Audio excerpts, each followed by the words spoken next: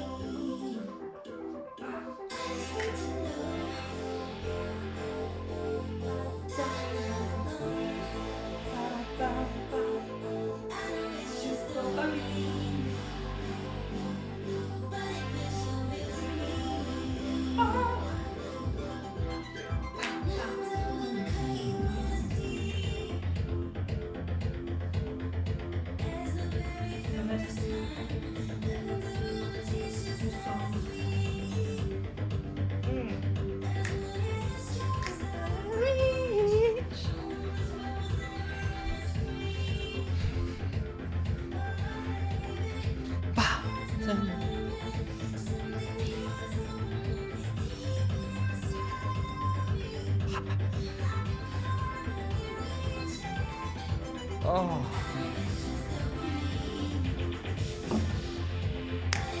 So real to me.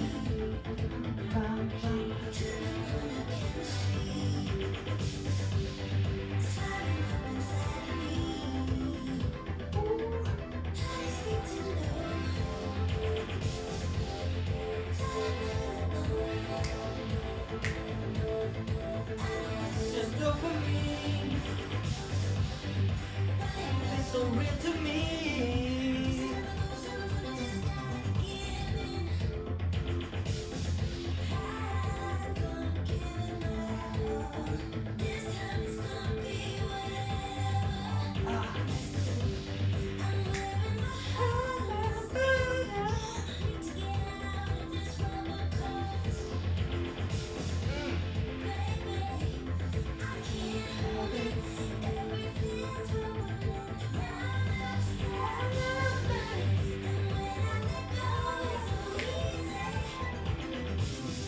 It's just dopamine.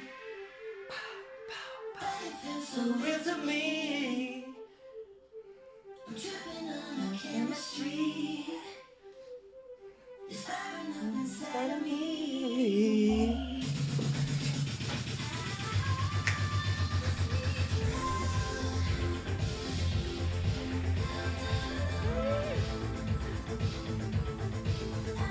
Just dopamine.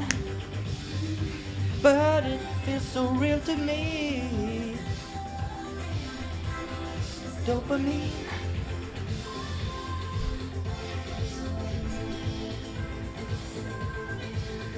And it's just dopamine. But it feels so real to me. Wow.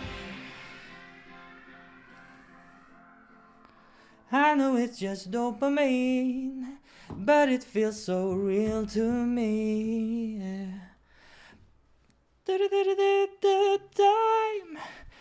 Time, and I finally reached it. Whew. Okay, I needed to start off strong. So this is the deal. Let's see. Yesterday we played Burrow of the Fallen Bear. It was really fun. I laughed a lot. A lot of good moments with these cats and wolves and bears. And now we're gonna continue the adventure. My throat is a little bit sore from yesterday because I'm not used to doing a lot of different voices. Let's see if I can remember the voices and if I can get back into it. It's gonna be fun. So the story so far, we are the kitten. I'm gonna show you here. We are the kitten to the left. He's behind the text at the moment. He went and we went to some tents. We met up with some animals, among others the fox Sylvester. Then we went into the burrow. We're in the burrow now, and we fought with some monsters with our new friends. We had some softcore moments with our boys, and I'm hoping that we're dialing up the spice level today. I really want to go deeper. I want to go deeper into the burrow, and I really want to find out how the bear fell, so to say. But yeah, hope you have a potato in you. Let's get moving. I need to... I might need some breaks to drink. That's one thing. If you want to check YouTube, I have made a abridged version, or not abridged version, but it's... how do you say? It has become shortened because I've used some stuff so that you can listen to it a little bit more easy. But let's just kick it. I think everything is set up, so we can just start. Oh, wait, give me 1 second. I know it's just dopamine. You know that it feels so real to me. I finally reached it. I can't do... I'm sorry, what? Hello, Key. You wanna join our sexual adventure?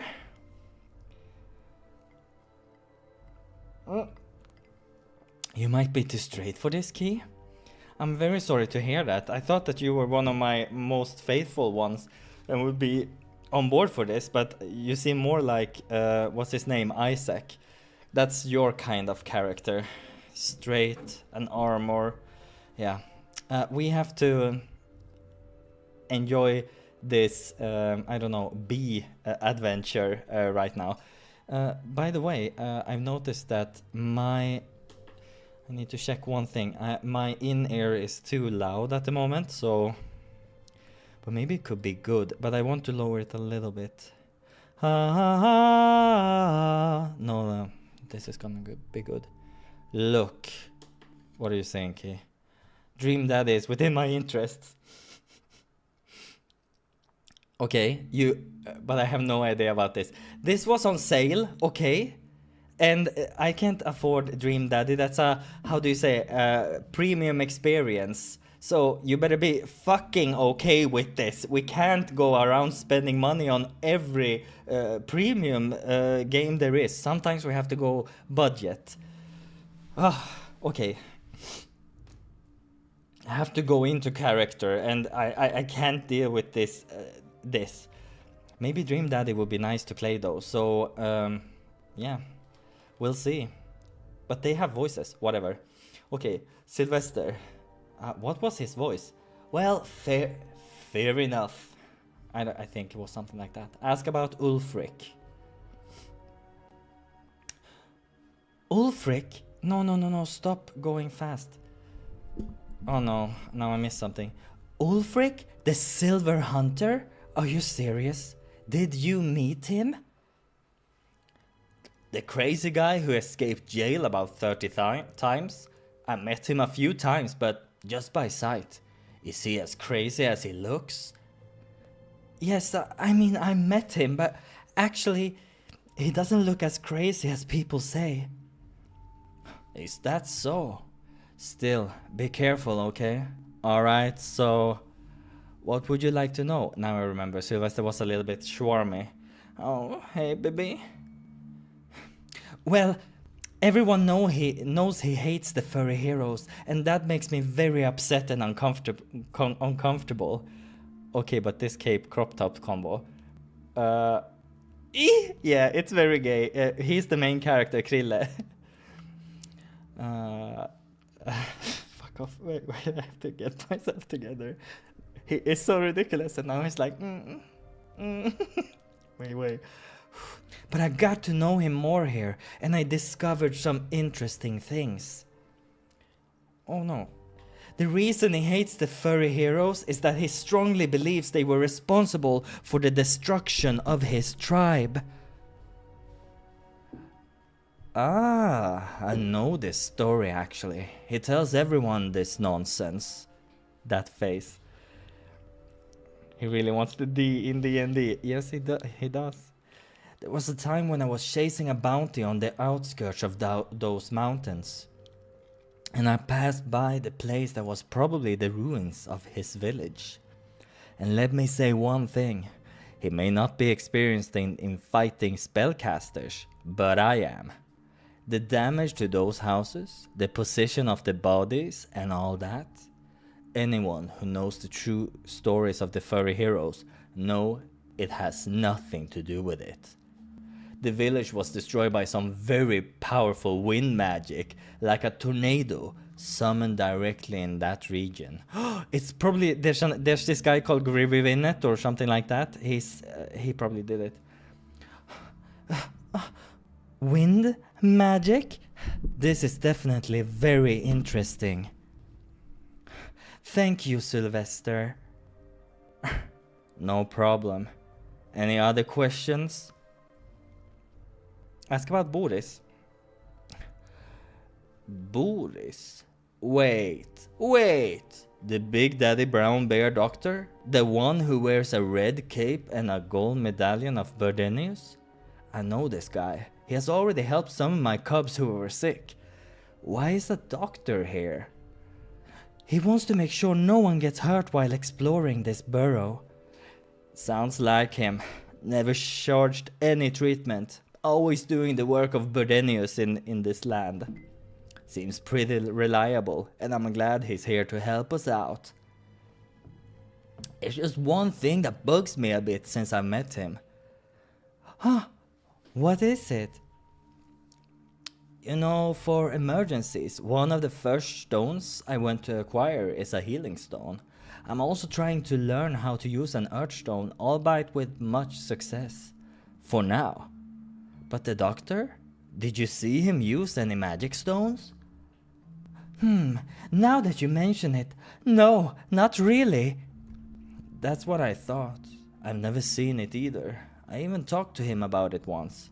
He replied that he did not trust these things. It's a little weird, don't you think? It's not part of Burdenius' precepts to reject stones. Yeah, I don't really know what to think about this. But that's the only intriguing thing about him. Otherwise, he's super kind. What? I thought he was gonna say super boring. Is there anything else you would like to know? I don't think so at the moment. No, I don't think I have anything in mind. Sylvester expression pack unlock. Sure. Right. In that case, is this stone going to enter that altar there? Oh yes. It's the last key to open the gate that leads to the treasure room. Soon after I insert a key into the altar. It looks like it would be the last one left. The entire room began to vibrate in response. An intense tremor makes even small stones fall from the ceiling. Take care, Krilla. Something big is about to happen. Soon after, I can see a movement in the doors that lead to the sectors. Then I see Ulfric, Grivet, and Boris leave where they were. Okay. What the fuck is going on? Have the keys been gathered already? It was sooner than I was expecting. Krilla, sorry for my delay. Is everything alright here? Yes, I gathered the keys we all got on this altar and everything started to shake. Not the basongas. Yeah. The bear is basongalicious. And who is this fox that is with you? Where did he come from? Sylvester, what a nice surprise to see you here. I say the same, Doctor. How is it going? Oh, the cubs loved your latest gift. Wait, how does that work? Ulfric. Hey, can you save the pleasantries and formalities for later? We're still in the burrow, if I may remind you. The abs? Bears don't have abs? They are like little and he is all sides. I can't think too much in this game, then it breaks apart for me. As much as I hate to say this, I agree with the mercenary. We must hurry and enter the treasure room. It's fine, it's fine. If you're in a hurry, we'll sort it out soon. I'm here to support whatever you need. And then the four started to walk towards the huge gate that was slowly opening. I followed them. At this moment, I have a strange sensation. Like joy or pride. Look, all I'm saying is thick bears need thick abs. Yeah, I understand what you're saying. That could be true. That's a valid opinion. 5 adventurers together, about to face the final challenges left in this dungeon. It's just like the stories from my childhood. I'm very anxious. Shortly after entering the room, we are filled with intense light. After some time squinting my eyes to adapt, I can understand where it comes from. Oh my, chest, treasure! The huge piles of gold coins that are everywhere. Not only that, chests, jewelry, rings, necklaces, and all manner of gemstones lay there on white tiles. In several booths on the wall, weapons and armor are displayed. Some appear to have fallen into the coin piles.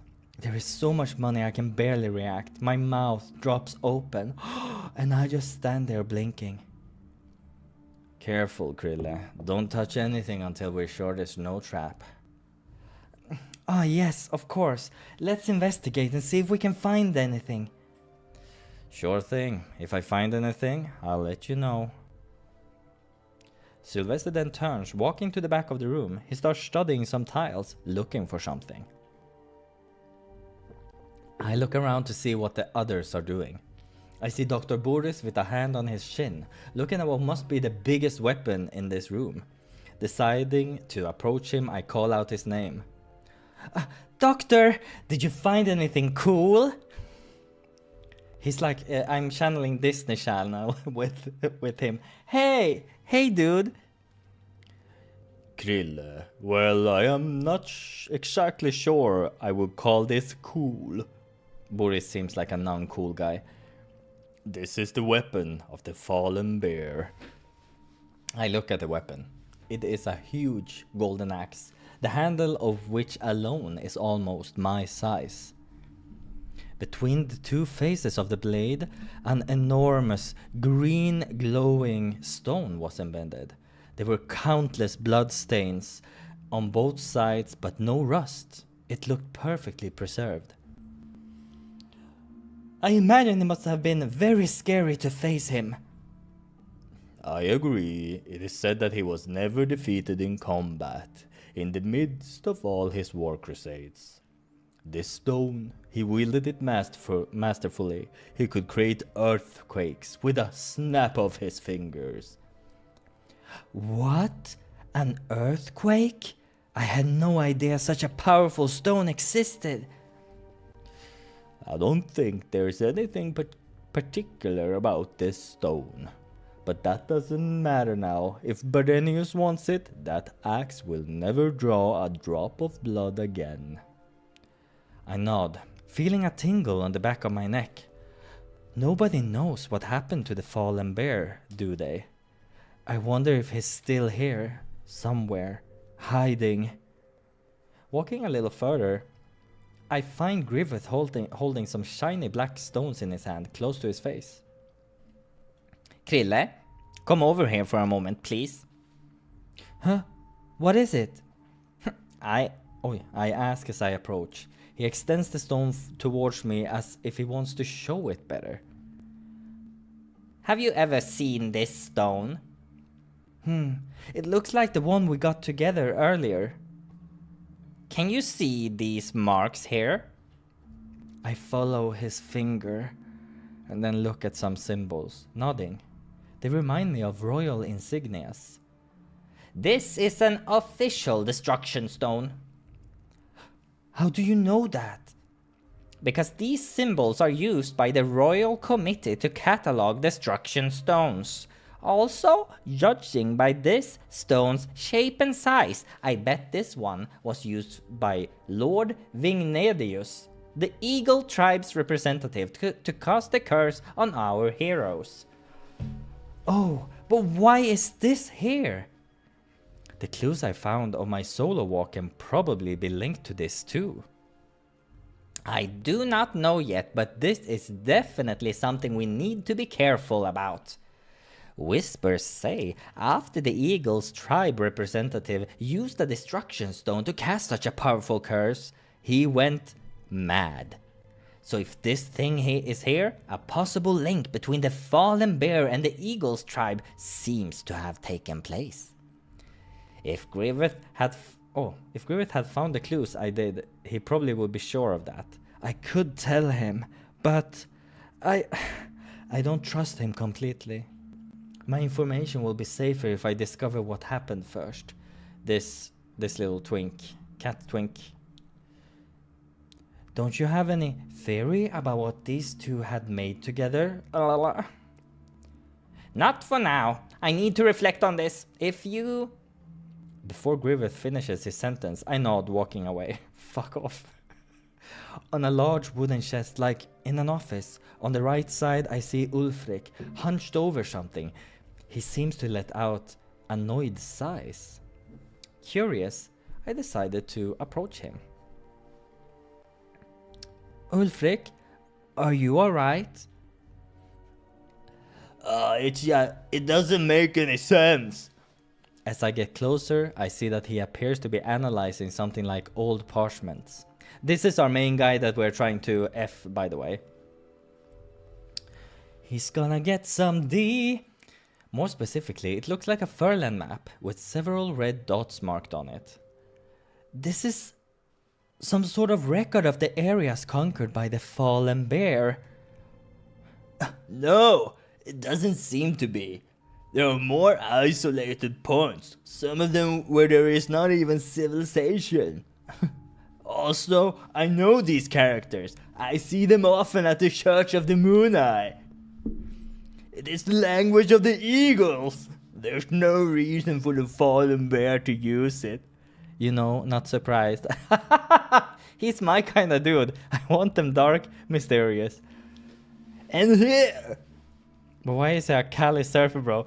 Because that's what came to me. He had he was supposed to have a low voice, like throaty, and then it just happened.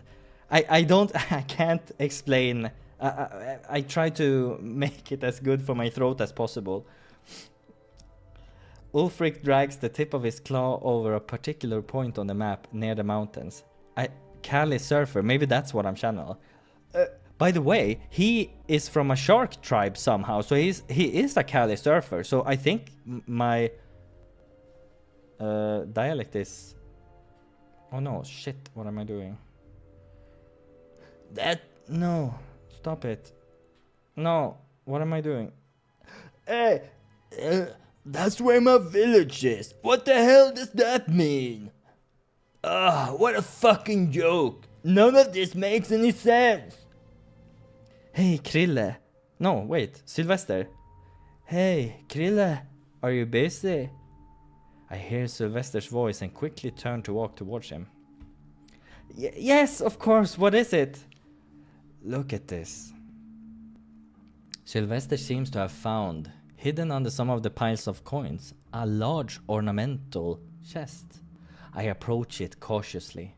It's made of dark wood with solid gold hinges and several precious jewels set along its length. Okay, they found this, and it was in the middle of the room. It's been the only thing we've been looking at. A large padlock was there, but it looked a little rusty. You're a rogue. Your specialty is disarming and breaking into things. Can you open this? It looks important. Oh. Well, I can try. I bend down in front of the chest and pull out of my pocket some tools I usually use for this. This is gonna be... okay. I could see Ulfric, Griffith and Boris approaching too, curious to see. This moment made me very tense. I feel Sylvester's hand on my shoulder, supporting me. Finally, after manipulating the lock for some time, I'm able to open it. In a silent moment of tension, I open the chest and inside, is that an amulet? It looks similar to the amulet that the peddler was selling at camp, but much more elaborate, silver, and with an intense glow that emanates from the eagle runes that are carved into it. I can't believe it. It's real. The Eye of the Moon. This is ridiculous. Eye of the Moon? What is that? It is an amulet that is able to completely nullify the power of nearby stones. It can be activated and deactivated at will by the user. It is a secret weapon developed by the Eagles a long time ago. Well, secret at the time, of course. In the Tower of Bodenius, some spies found out about this many years ago. How did it end up in the hands of the fallen bear? This looks very dangerous. What should we do? My question is greeted only by silence. Suddenly, I feel an intense chill. The silence is purposeful. Everyone is looking at me seriously. It's almost as if I don't know I'd stolen something from them. This is getting stupid. Grivet and Ulfric in particular are staring intensely at me, or more specifically, at the amulet. Instinctively, I press it against my chest in a protective gesture. This cat is protecting his stuff. In reaction, the amulet begins to vibrate gently between my fingers. Between my fingers, I see it glow and let out a ghostly hiss. Krille? As a high-ranking researcher at the Tower of Bodenius, I, Grivet, immediately request that you hand me this amulet. Are you stupid? This amulet is a holy relic of the Church of the Moon Eye. It belongs to us. A church of heretics, terrorists, and criminals? Ha! Please, do not make me laugh. Hey guys, how about we settle this through a conversation outside? After we're sure we're safe? Sylvester stops in front of me to protect me. They don't seem to have noticed the amulet's behavior. I'm sure we can do this, Dr. Boris. Don't you agree with me? Where the hell is Dr. Boris? At that moment, something happened. Is Dr. Boris the fallen bear? The sound of a snake hissing, no, of liquid leaking with high pressure. It fills the room. Grivet's pale figure dances through the air, twisting, being thrown against a far wall. Ulfric and Sylvester jump back to stand beside me, behind where Grivet was. Look at this. It's the bear. Oh my god! Boris, no! Big boy Boris. He is the fallen bear, but he looks so calm. This is weird. Dr. Boris, holding in one hand that huge axe we saw earlier. Oh no! Oh no, this is getting exciting so fast. Big pecs. Big pecs. Okay, we're zooming in, out, in, out. At that moment, I can also hear a bigger hum. It's coming from all those black stones Grivet had shown earlier. They are emitting a purple light that lit up the room, in sync with the green stone on the axe in Boris' hand. Boris? What are you doing? Boris? It's been a long time since I've heard that name. Wretched, insignificant little thieves like you have no right to refer to me as anything but fallen bear. What are you talking about? Shit! Traitorous son of a bitch! Ulfric lunges forward, raising his sword to attack Boris. Ulfric, no! His sword curls in shimmering waves, and he swings a heavy diagonal blow into Boris' chest. However, the resulting sound is very different from flesh being cut, blood, or anything like that. The blow is blocked by a layer of hard rocks that seem to have come out of nowhere, protecting Boris' skin. Do you think a miserable blow like that would work against me? Foolish wolf. Boris raises the axe above his head, using both paws, descending on Ulfric with mighty force. He managed to dodge it. That was his dodge. He just... Okay. He managed to dodge it, jumping to the side. But Boris is even faster, dropping the axe with one hand and punching him with tremendous force in his stomach. Spitting blood, Ulfric is thrown backward, coming to a stop beside us. Damn it! What happened? Why is he like this? I start to think about it. I start to think about the information everyone has given me. Grivet, Ulfric, and Boris himself. Now your impure blood will serve as an offering to my fallen companions. Let this be an announcement for all of Furland. The fallen bear is back. This kingdom will be mine. Even the furry heroes will fall under my power. Just then, an intense blast of air hit Boris, knocking him off balance for a moment, but nothing more. You'll need a lot more than that to beat me. Come on, we're not done yet. Oh, that makes things a lot more interesting. Come on, imp. Show me what you're capable of. Boris, the fallen bear? He was an adventurer like us. But then he found the stones of destruction that drove him mad, until he found the moon eye that turned him into something different, into the Boris we hadn't known. Okay. But now somehow the amulet was deactivated and stones of destruction began to affect his mind once again. Right, that makes sense. So we just need to activate the moon eye again. You, Ulfric, right? Do you have any idea how to do it? Ulfric, silent. Ha! Ha ha ha! Perfect. That's fucking perfect. Ulfric's breathing sounds uneven and his voice is far more emotional than usual.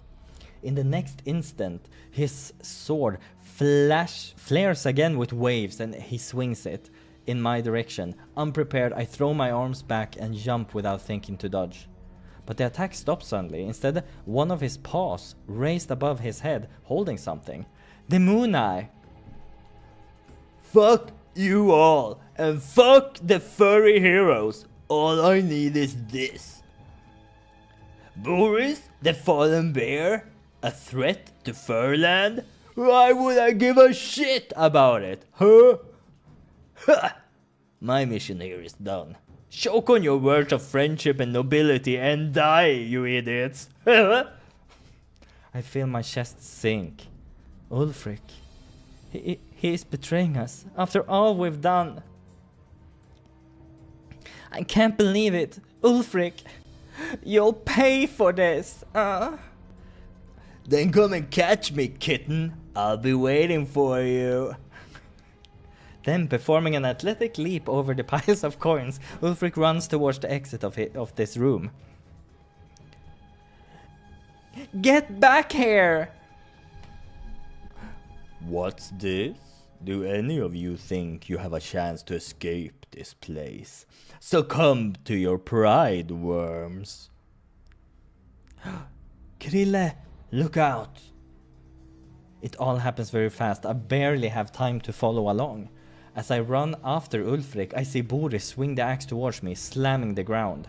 A huge crack begins to spread across the floor as the room vibrates, coming towards me. But Sylvester is faster, jumping on me and pushing me out of the way. The crack widened, engulfing his legs and closing again, immobilizing him. A great stone wall rose around Sylvester and Boris, isolating them from me. Crap! No! Sylvester! Sylvester grabs his bow, a bit awkwardly immobilized, and tries to shoot some arrows in Boris' direction. But it's a useless gesture, as they are blocked by the barrier of stones that appeared and disappeared all the time. Boris then approaches Sylvester, pinned to the ground, and puts a hand around his neck. Ah! No! Kinda hot though.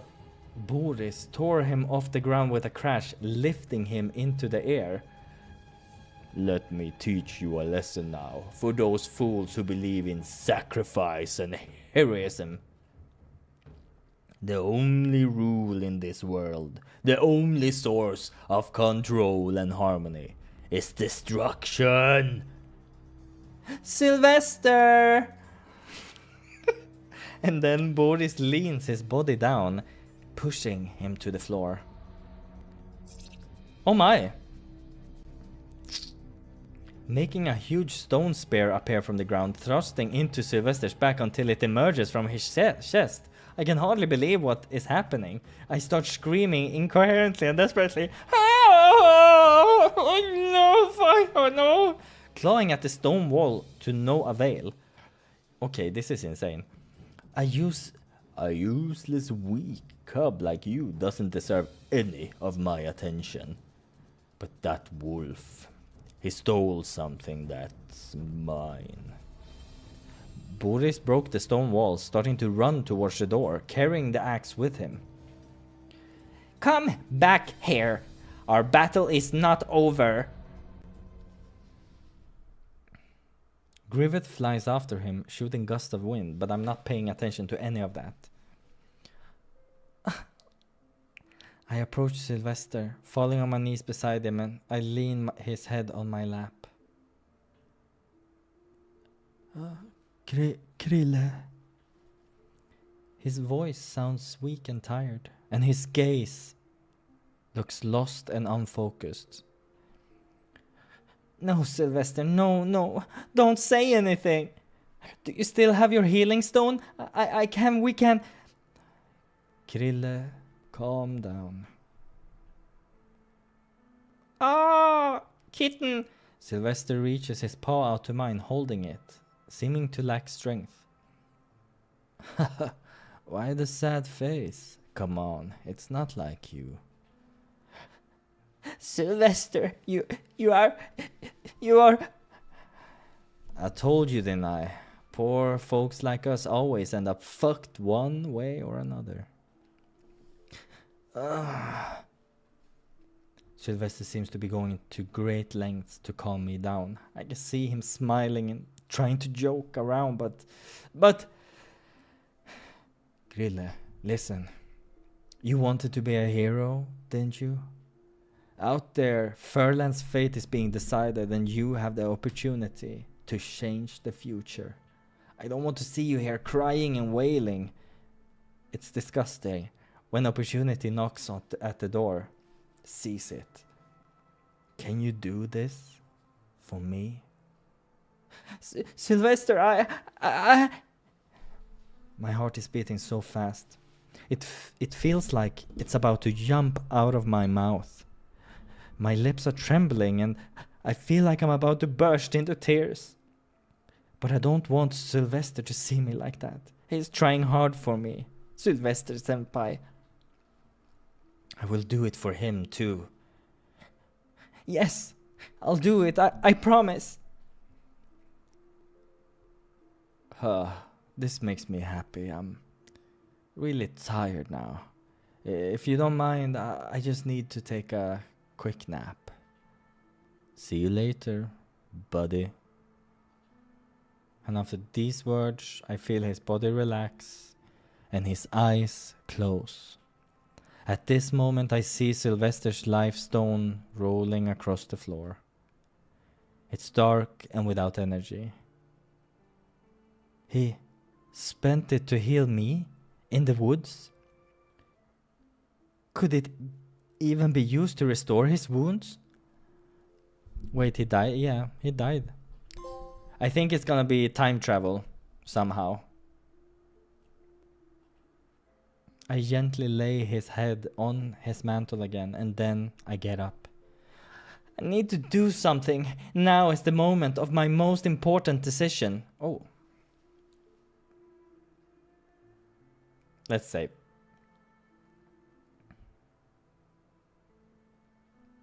Okay. I don't care. I need to stop Ulfric. I'm gonna go after Ulfric. When you're in the dark, all you have is yourself. I remembered Ulfric's words from one of the first moments we interacted. Reflecting on those words, I feel an epiphany. I think I can understand his behavior a little better. He did not forsake us out of malice. He didn't betray us out of spite or because he didn't care. He can't believe anyone would want to help him. That anyone would care about him. And I'm the only one who can prove the opposite to Ulfric.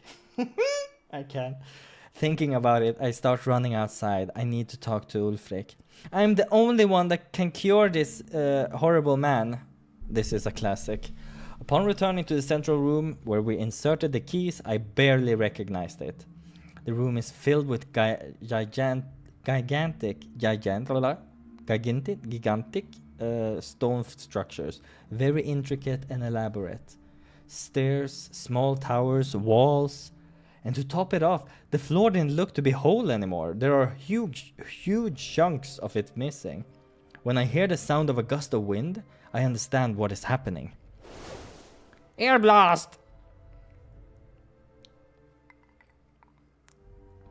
Grivet soars over one of the stone towers, shooting a powerful gust of wind over the top of it.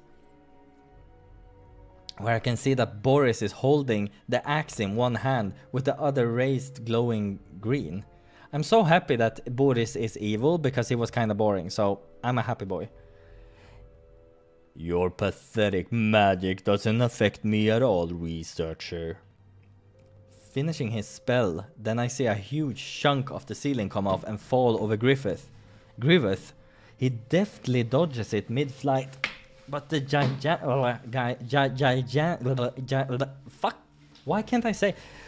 But the gigantic boulder falls to the ground, breaking it in yet another point. Possibly, they will end up destroying the entire burrow like this. However, the fight between them is not my priority right now. I immediately start running through the stone corridors in search of Ulfric.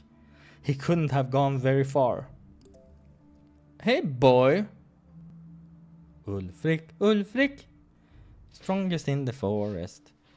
Eventually I find him on the other side of a newly formed stone bridge, running towards somewhere. Oh my god, I need to throw my pants away. Pants, away!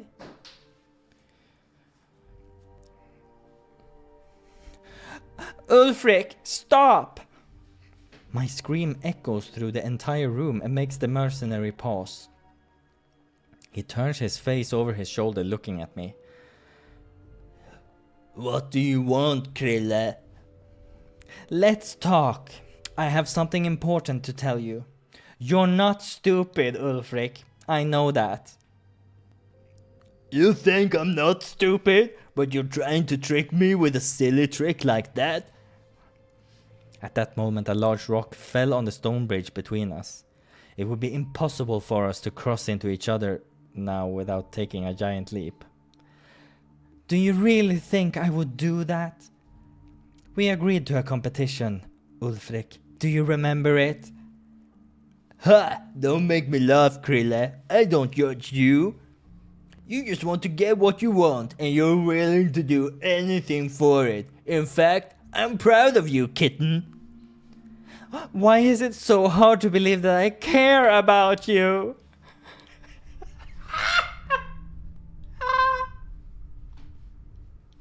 These dudes, they have not built up a lot of repertoire. Like, I don't know, it's kind of shallow. This kitten is very shallow. He's jumping to conclusions.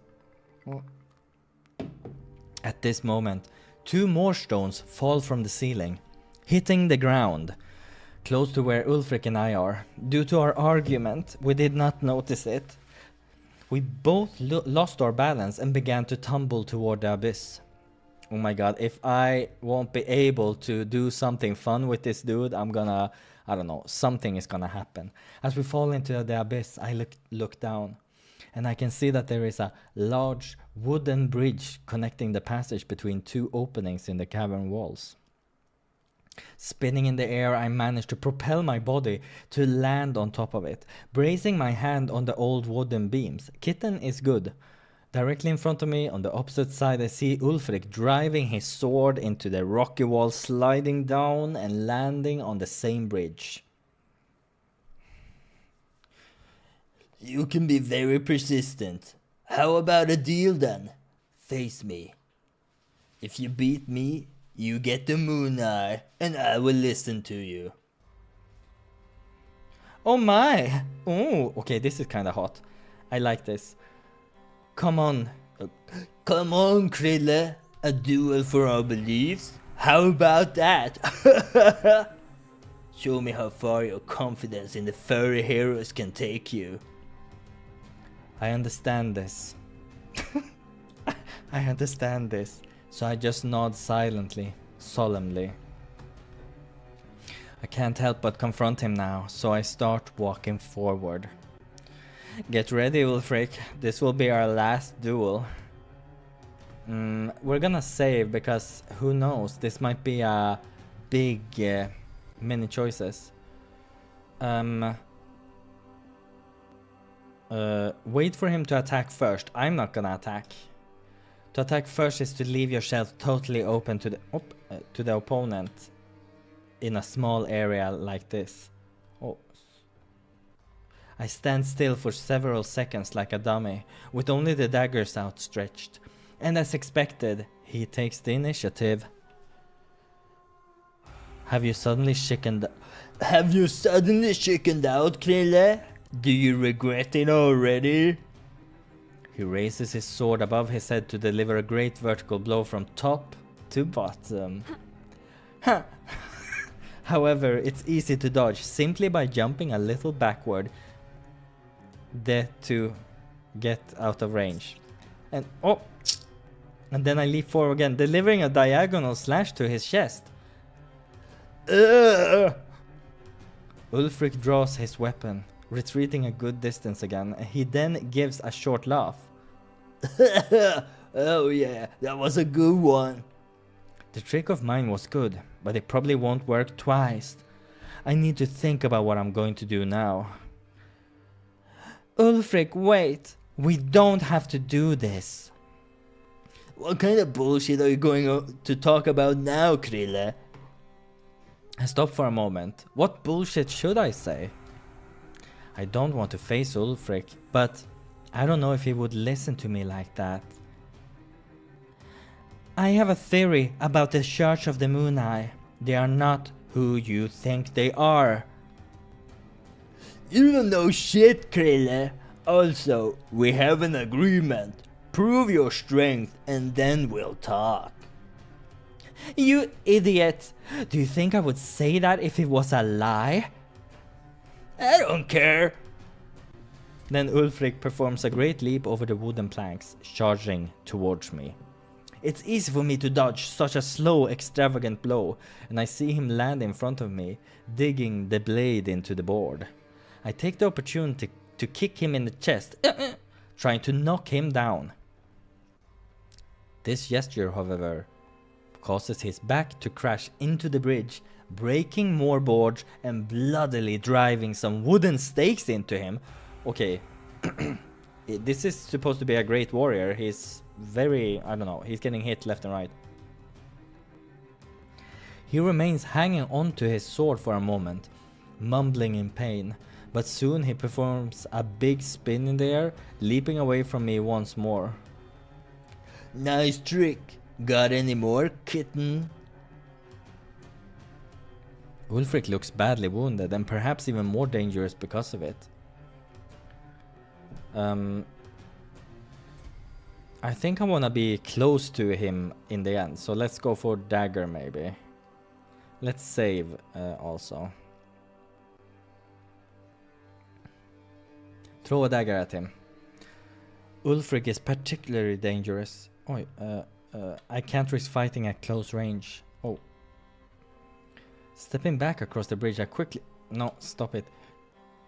Stepping back across the bridge, I quickly pull out my secondary dagger, quickly adjusting it in my hand with a twist, and hurl it towards Ulfric, aiming for his chest. However, with a very simple gesture, he parries it in the air, choo, flinging it into the abyss. Shit, I've lost that weapon. Do you like to fight from a distance, kitty? Let's do it then. I feel a shiver down my spine. Looks like something bad is going to happen now. I see him change his stance. He extends his sword to the side and it begins to envelop itself in waves of glistening water. But now, they extend far, far beyond the blade. They just keep increasing, spinning around like a spiral of energy. Take this!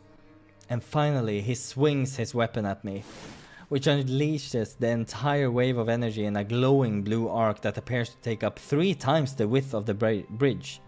Gradually, the tip of the bow takes on a shape similar to a large wolf maw, whose teeth look ready to devour and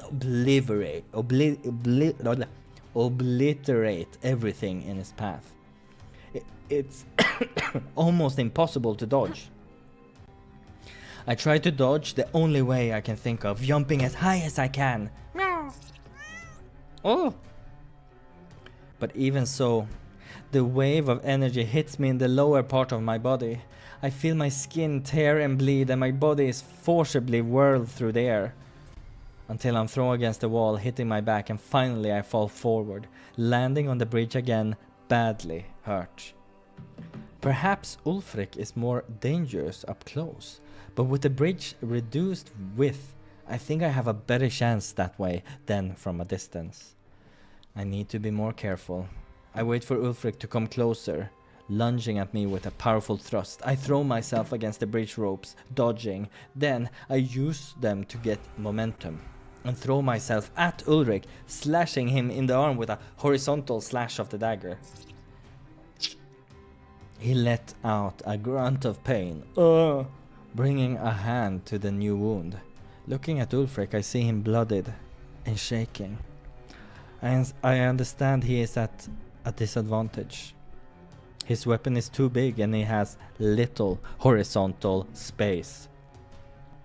If I can see that, so can he, for sure. Still, he doesn't look like he is about to surrender. His gaze actually seems even more intense. And as expected, he lunges at me once more. But I know exactly what I'm doing. Oh my god, by the way, the cat is caked up. Those thighs and that ass. But I know exactly what I'm going to do. So I wait. I wait until he gets close enough. He tries to perform a wide vertical strike from top to bottom, something very difficult to dodge. Well, how do you do a vertical attack? Whatever. Hard to dodge a vertical attack, so I avoid doing that actually. Instead, I bring my dagger up, slashing the blade with my fire magic stone. Not enough to stop him, of course, but I manage to deflect the blow, so that I can easily reach forward with my other hand and grab Ulfric's medallion. Crap! Snatching the moon eye from his neck, I leap backward, backing up to the edge of the bridge, where it joins the stairs leading to another part of the burrow. Enough! It's over. I have the amulet, and you are badly wounded. Admit it, I won. Now you need to hear me. Ulfric, listen. I take a deep breath, putting all the pieces together in my head. This amulet, It was developed by eagles centuries ago. Its objective is to nullify the power of the Stones of Destruction. To test the power of these stones, they use them in various experiments. The points marked on the map that you saw. Your village was destroyed by a giant tornado, Ulfric. The feat of a windstone amplified by one of destruction. So when the fallen bear attacked the eagle's base, he stole the moon eye along with the map and other artifacts. Furious at this, the eagles decided to establish an organization focused on recovering this artifact important to them. However, they did not want to make their mission explicit, so they put on a different face to convince people to voluntarily join in this task. This is insane. They gave it a religious name, the Church of the Moon Eye. I'm serious. I can't. I'm serious, and this could be an even more elaborate plan because they seem to have involved other people in it. I saw pieces of their plan at the Fallen Bears library, Ulfric, with my own eyes. I went there when I was on my solo walk. Believe in me.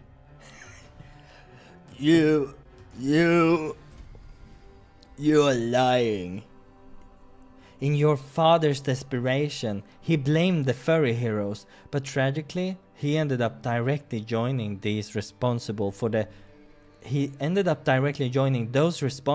destruction of his village. You're lying!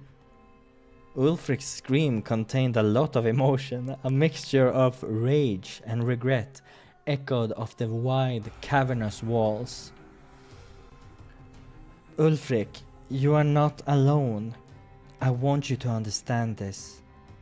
We've known each other for a short time, but let me be by your side. Let's get out of this place and uncover the whole truth together. Then in a gesture of trust, I extend my hand forward. Ulfric remains silent, staring at me, breathing heavily. I feel like several minutes have passed by. I have a hard time understanding what he's thinking right now. But then, suddenly he put away his sword. He took a few steps forward, and he took my paw, shaking it. You are smart, son of a bitch. Very good, kitten. You convinced me. Let's kick that fallen bear's ass. You did well in the fight, Krilla. Thanks. You too, Ulfric. And so, together, we enter the staircase that should probably take us to another area of the burrow. Burrow? Burrow? Ha ha. After a few minutes of trying to find where Griffith and Boris are, I meet them. No way! They're still fighting? And there were people saying doctors are chicken. Ulfric. And there were people saying doctors are chicken wearing lab coats. I like this guy. Ulfric! This is not a time for jokes. I know, kitten. It's just, look there. The lion dragon and the bear are fighting as equals. Don't you like to see it? Following Ulfric's eyes, I start to observe one of the most epic fights I've seen in my whole life. Oh. Start the final battle again. Oh my god, it's the final battle! With a fierce expression on his face, Griffith is shooting a huge air blast combined with some stones. However, Boris defends his spells without much trouble. Come back to your senses, Dr. Boris. I know you aren't the person you used to be. Gritting his teeth and jumping against Griffith, Boris prepares a crushing axe attack. Air shield! Creating a barrier in front of him, Griffith blocks Boris' attack. Die. As if Griffith and I had agreed, we both look at each other with our eyes wide open. Boris' rage is rising as well as his strength, and he starts to pierce the air shield. Air blast! Air blast! Forcing him backward, Grivet's attempt is less effective than he had expected. It's pretty clear by his face. However, as a reaction to Grivet's strategy, Boris decides to change this. Running away from him, Boris looks like a rhino preparing to attack a predator, but his target is a pile of stones? Looking at Ulfric's and Grivet's faces, the three of us shake our heads a little, probably thinking the same. What the hell is he doing? Destroying the pile, he grabs the biggest stone, then throws it upwards. Earth. In a sequence, Boris enchants his axe and hits the stone, which is about to fall in front of him in my direction. Some baseball. Strike. The stone shatters into a multitude of smaller fragments, which all fly in the direction I am, propelled by magic. Run! Before I could make any movement, Grivet suddenly curses Boris and casts a new spell. Coward! Air wall! A huge wall made of air appears in front of me, and Boris' attack hits it and pieces of it fall on the ground. Let it be clear to all those who invaded my territory, no one will be left alive. What are you two doing there? Air prison! Creating a sort of an air jail around Boris, Grivet lands to talk while back to his usual form. What the hell are you doing with this bandit, Krille? Or should I call him a traitor? Calm down, sir. He is on our side. Don't twist my words, chicken dragon. A traitor is someone who commits to something and doesn't keep their promise. I never promised anything to any of you, especially you. Stop, Ulfric, and you too, sir. This is not the time. I got the amulet, so no worries about Ulfric, okay? Let's focus on our problem. If you as a double caster are having problems fighting the doctor, it's obvious we will not be able to defeat him on our own. Ending my lecture, Dr. Boris and his madness get our attention. He'll break the jail. We don't have much time. Any plans to stop him? I think you got the right idea already, kitten. Alone there's no way to defeat him. But together... What the fuck? I'm feeling sick just by saying that shit. I'd be lying if I didn't say that I'm not even slightly amused by such a sight. I'm serious. Pay attention, suckers. I've faced monsters encrusted with earth stones. They have more stability and resistance to blows. And when I hit him in the treasure room, I saw him form a very tough barrier of stone.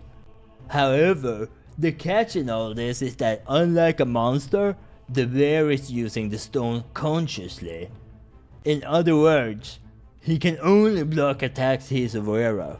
It makes sense. Surprisingly thoughtful for a traitorous criminal. Well, if you keep praising me like that, I'm going to think you're in love. Wait, oh my god. It was the wrong voice.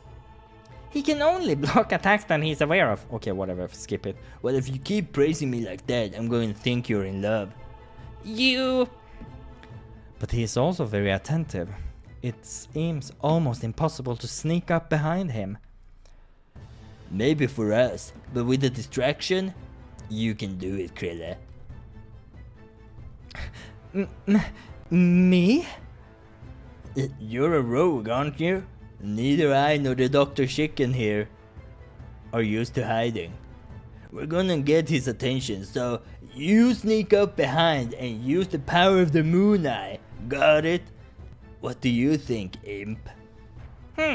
Normally I'd rather have the pain of 1,000 needles in my eyes than collaborate with a ruffian like you. But I will not be foolish to let my pride get in the way of Furland's well-being, and the plan is good. Nice. Now, Krille, we don't have much time.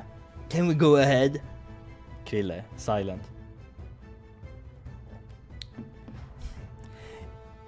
Yes, count me in.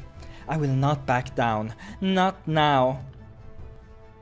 The two nod in agreement, and so we prepare to face Boris. I break away from the two of them, running across the wide hall, eventually hiding my body behind a stone pillar. Ulfric draws his sword into his hands, enveloping it in waves of simmering water. Grivet spreads both hands at his sides. In one I can see something like a micro tornado forming, in the other a flame is lit.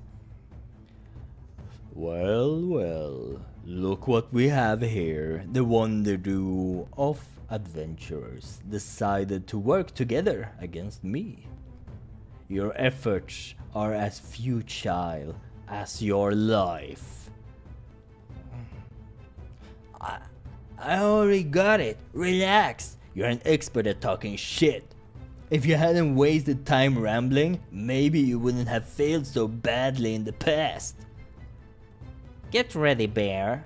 For now, you will face the true power of a double caster. So come on and meet your doom.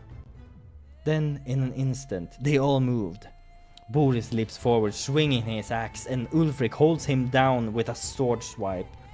The energy of earth and water collide, exploding into blades of water and stone spears that flew in all directions. Immediately, these projectiles are sucked back into a huge spiral of air that is being created in front of Grivet.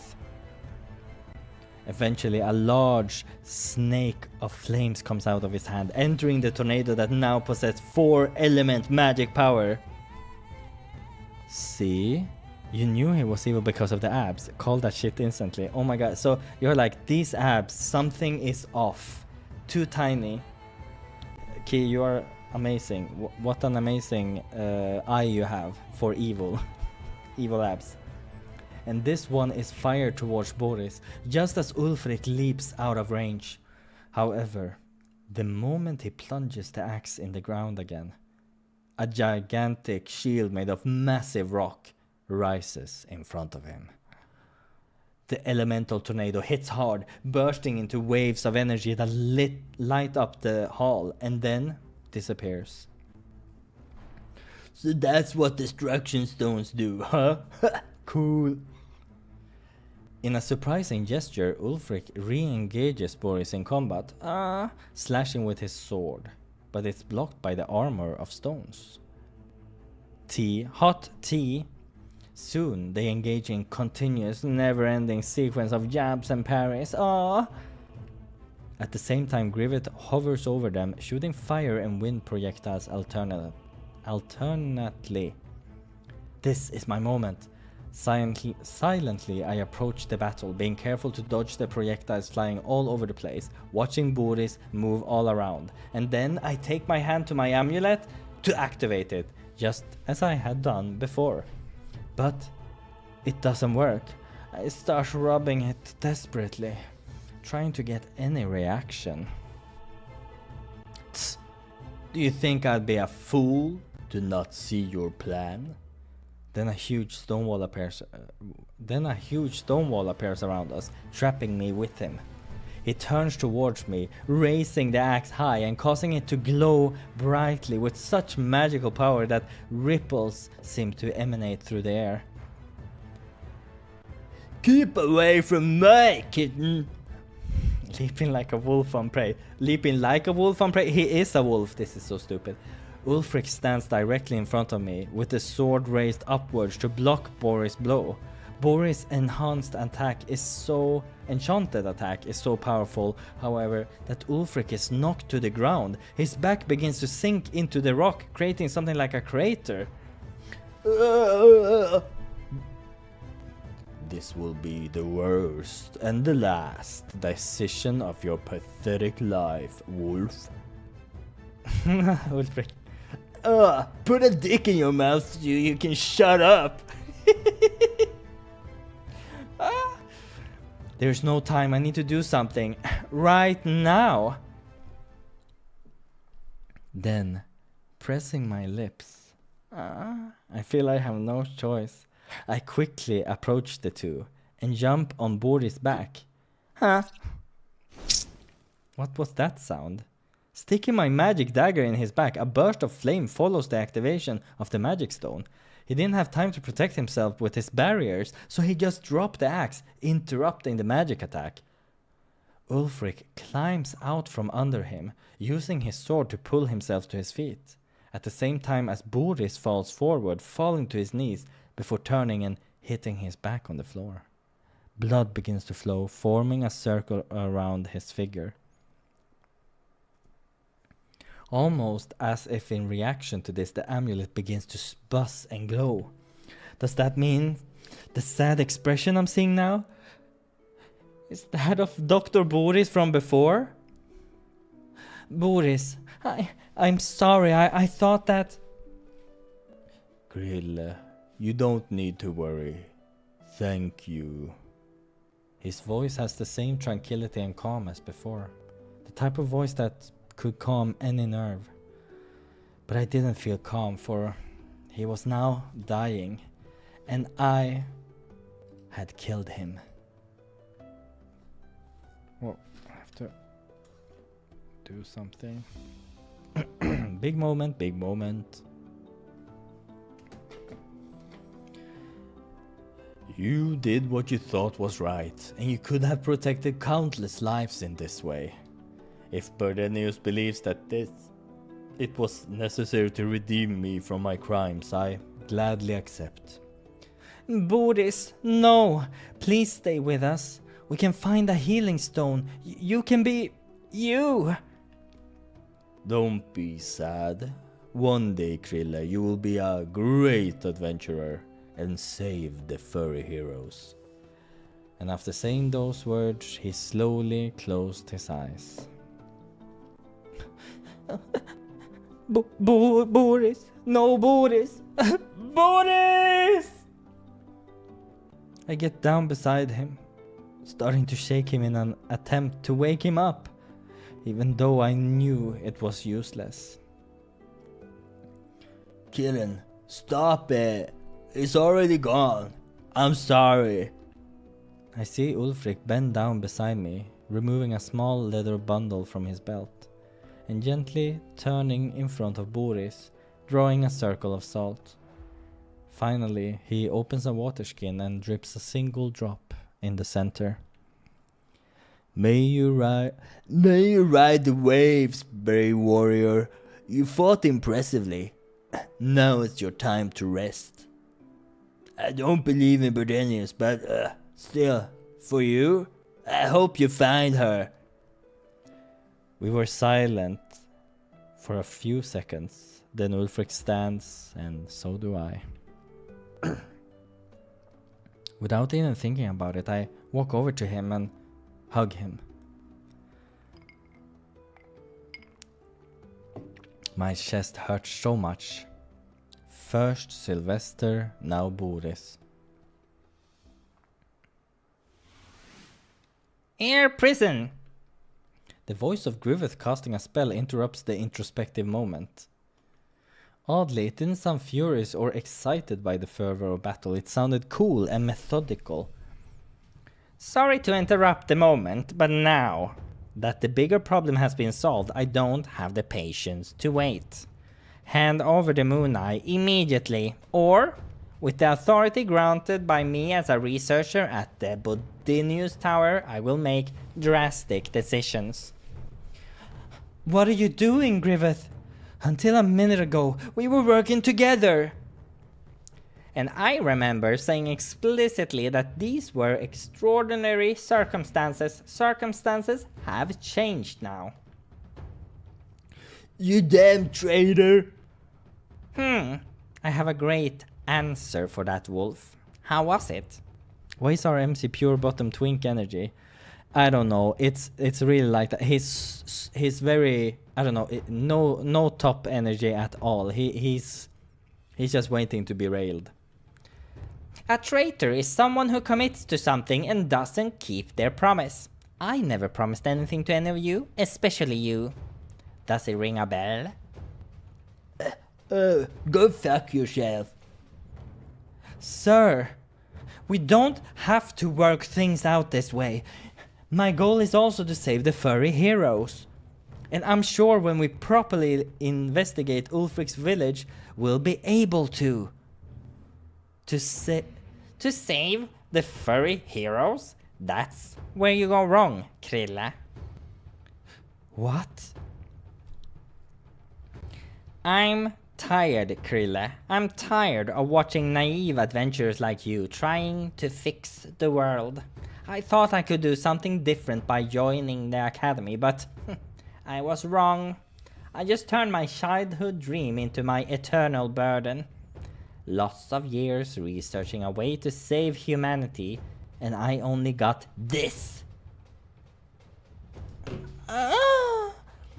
Titties? Abruptly, Grivet removes his earring and opens his shirt. Blended into his flesh, several fragments of a stone which appears to be a stone of life, pulse and glow. What the heck? What is going on, sir? Are you sick? I should be sick, Krille. I should. But no, I'm not. I'll never be sick. Never! Can you understand that? Because of a stupid dream, I am indebted to destiny for the whole eternity. I tried to use this in my favor. I tried to prove to society how imps are a powerful species, but the system is broken, Krille. The whole system is broken! It doesn't matter how unique I am. It doesn't matter how much my knowledge can help the kingdom. We all are destined to live in a world full of injustice. Airhead! Airhead! Ooh, I love it. Grivet is one of my favorites. He's so whiny. Getting Eye of the Moon with his spell, he looks at it and then stares at me. Stop, sir. We can free our heroes to fix those problems. I'm sure they will help us. Shut up! Do you think someone who was born in a broken system can change it? They learned the values of it. They were raised having power inequality among them. They were contaminated by this world's ideology. This is a structural problem, Krille.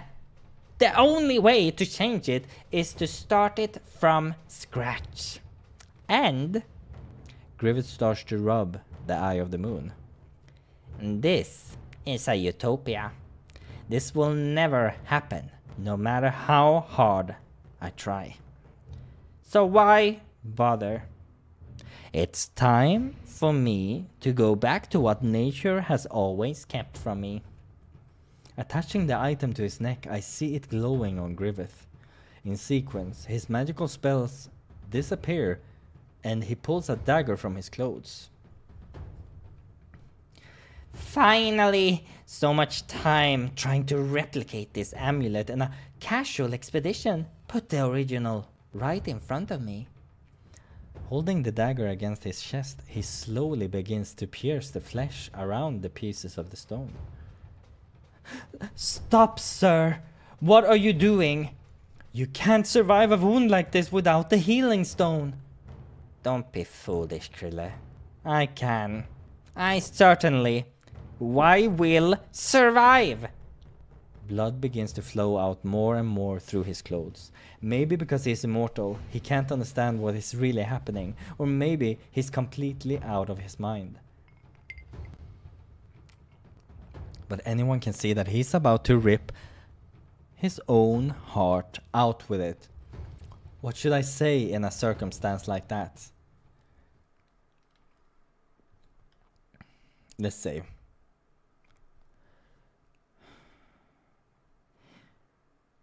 You are being a coward, sir. You've always stop it. You've always acted as if you were superior, powerful, and morally unshakable. But you are no different from me or Ulfric. You act like you're the biggest and the baddest, but the thing that moves you the most is fear. You just want to run away from life because it's too hard for a scared little lion like you. My words seemed to trigger something in Griffith. His look of despair and anger changed to surprise, and then to hate. Cold, pure, and growing. Want to know something? Maybe you're right, Krille. Perhaps I'm no different from the Silver Hunter, but I'm different from you, for sure.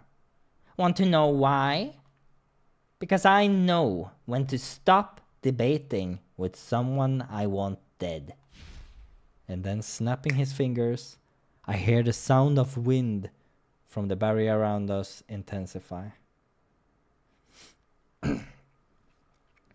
Krille! I only have time to hear Ulfric's voice calling me, before I felt like endless blades of hair ripping through my body, slicing me to pieces. I barely have time to understand what happened before I lose consciousness. Forever?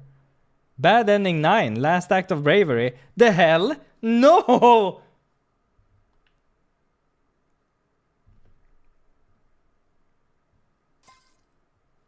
Last act of bravery badge. Okay, yeah, thank you, Key. That clap seems sarcastic.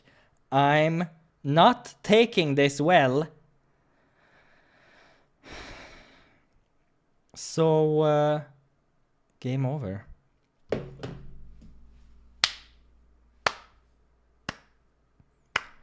Romance level, Boris, Ulfric. Yeah, look at that.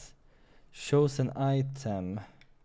Krill, never give up on their dreams. You can always try again.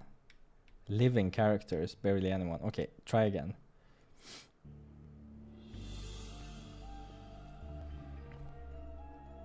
Okay. Oh, a lot of badges here. Can I... What's this? Partners. Male Doltil. Okay, I don't know. Okay, we... Oh my god. There's barely any difference between these faces. Okay, whatever. What am I doing? I have no idea what's going on. Oh my, what's this? Ooh. I forgot about these. I haven't even got anything spicy. Okay, let's load the game again. Hey, baby. What? Continue. Look at that. There we have it. Okay. You are doing what the world wants. What nonsense are you talking about? I understand. I understand now. Sylvester was right all along. You, Sylvester, Ulfric and Boris, all are people who don't fit what is expected of a normal citizen. There are 3 ways to deal with this. You can rebel, adapt, or be eliminated. So far, you look adapted. You think rebelling is useless.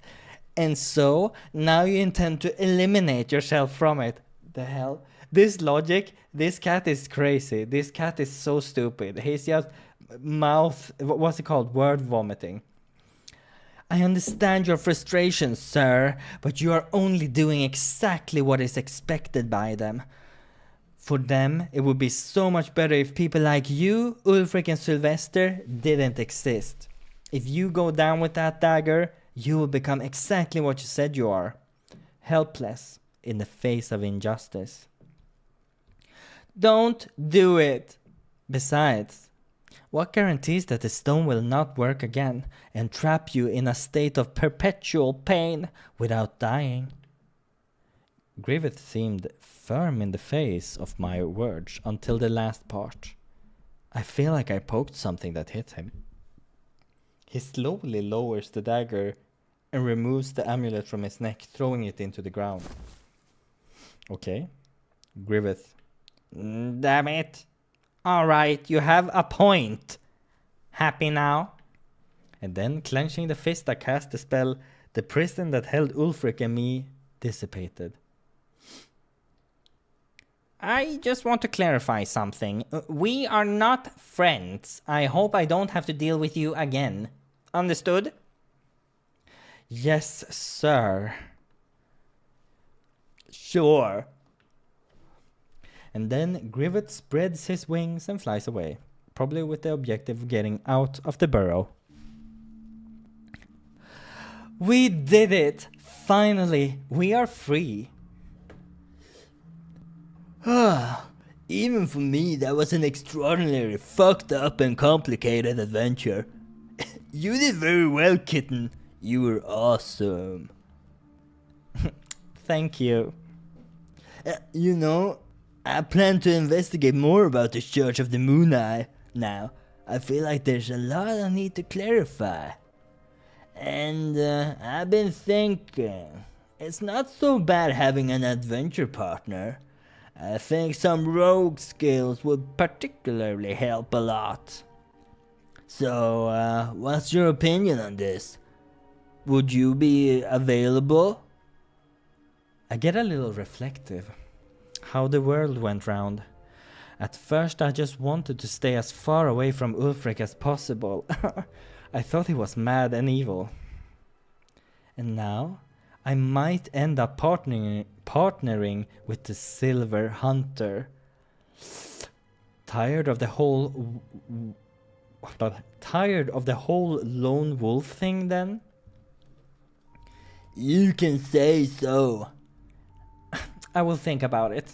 I'll think about it more calmly when we get out of here. He moved closer. I wanted to give Sylvester a dignified farewell. I managed to distract myself from it because of everything that's happened. But... of course, I understand, kitten. And also, Boris, of course. Even if he had caused Sylvester's death, it wasn't his fault. He was under the effects of the destruction stones. I get it. I'll help in any way I can, Krille. Don't worry about it, okay? Nodding, then we look for our way back.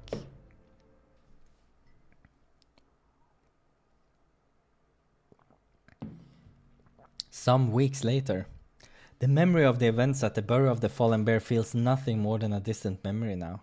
It was all so fast and crazy that it's hard to believe it was real. Still, I can't deny the consequences of all that.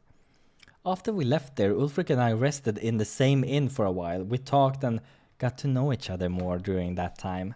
And then we parted ways to sort out our issues. No! I visited the cubs Sylvester protected. I stayed with them for a few days and it was a very bittersweet experience. I left a large portion of the fallen bear's treasure with them. It should be enough to guarantee a good life for them in the future. Okay. I had arranged to meet Ulfric on the road out of town this morning. If this doesn't get spicy, I'm gonna get pissed. However, he didn't show up in the morning. I waited until almost sunset and still nothing. So I decided to wander the city streets looking for any sign of him, but I hadn't seen anything. Until I passed near the local militia post. There is a poster there with an illustrated portrait of Ulfric. I approached it quickly, taking it in my hand. Okay. On the orders of Furlong, the mercenary criminal Ulfric was arrested in last week. Blackmail, justice. Okay, he was being stupid. No, it can't be. The poster says that the Ulfric has been arrested. Without a doubt, this is Grivet's work. I can't believe it. That stupid rooster. Furiously, I crumple the paper and then I throw it to the floor, kicking it hard. We should have killed him somehow.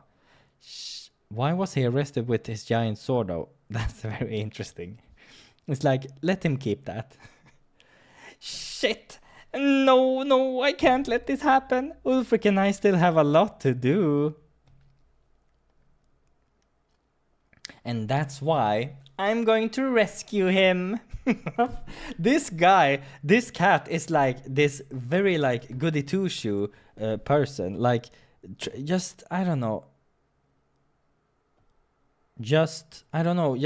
doing a lot. He's saved me many times before. I can do the same. We're going to escape prison, definitely. Whatever it takes. Ulfric ending B, the hunt's end. What? You've unlocked the Ulfric ending B, the hunt's end badge. The hell? This was an ending? He's in prison and I'm gonna save him? Ah, recover stones. So I didn't... How the hell do I...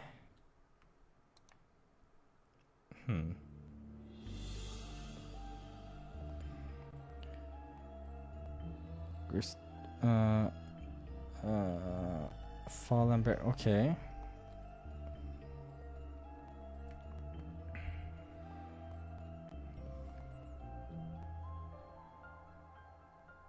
Give a massage, okay.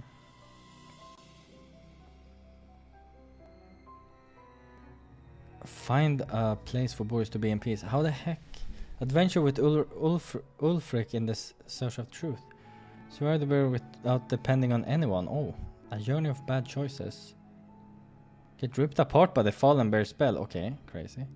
That was a bit... Yeah, thank you for the clap. This was the same. Get pushed off the bridge by Ulfric. Silver Hunter's victory, okay. Get skewered by the Earth Sector trap. Get devoured. I am very confused. Okay, let's... extras. What are extra? Oh, that's here. I want to... so what do I need to do to be super sexy with that dude then? Wasn't there like something about talking to him? Try to talk with him. Ulfric, wait! We don't have to do this. What kind of bullshit are you going to talk about now, Krille? I stopped for a moment. What should I say? I don't want to face Ulfric, but I don't know if he would listen to me like that. I have a theory.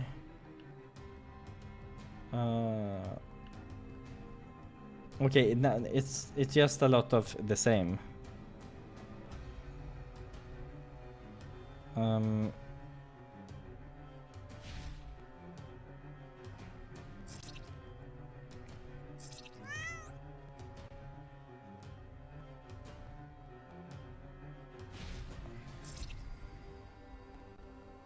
Okay, now we're just speed running this. Probably to max this. Exactly. I'm gonna try to... I have the amulet and you're badly wounded. Okay. Oh jävlar. This went fast. Oh wow. Okay, we're speeding through this shit.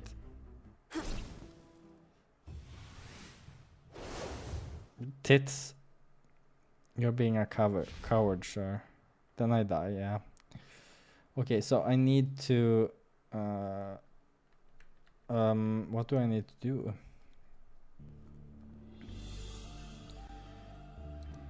Let's try again something. Oh, now... I need something spicy for goodness sake. Okay, let's try this save maybe? Well, fair enough. I'm just gonna speed through this. I don't think so at the moment. Any choices here that we could do differently? Rum brum brum. Speeding through this. Oh no, the big bear. Oh no. Sexy time. So much. I need to survive and meet the furry heroes. I will be part of the furry heroes someday. I made that promise to myself, and for that I need to save the furry heroes. Also, I need to stop Boris from leaving this place the way he is and continue his path. For both, I need the moon eye. I start running then towards the door. Ulfric, I need to find him. Okay. Your pathetic magic doesn't affect me at all. Finishing his spell... destroying the entire burrow like this. I shake my head though. I don't need to pay attention. I try to look for any sign. What do I see though is a glimpse of black and white fur in the distance. I try to look for the figure I saw before and I see him nearby running. Ulfric! I decide to leap towards Ulfric and I land directly on top of him. Ah, Krille, what are you doing? Krille, what are you doing? Give me... Give me back the moon eye. I need it to save the furry heroes. How do I...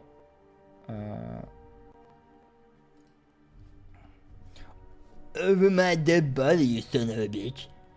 We roll on the floor in a clash of strength as I try to rip the amulet from his neck. Of course, he's much stronger than I am, and he soon manages to break free. But I draw my dagger to attack him right there. Is the kitten going to attack me? Think you have what it takes to kill someone, Krille? However, okay. Our confrontation is interrupted when we feel the floor above us split open, hit by another rock coming from the ceiling. Both he and I try to cling to the high, steep stone walls to no avail. We were just swallowed by the abyss that formed under our feet. Oh wow, as we fall into the abyss I look down. Oh.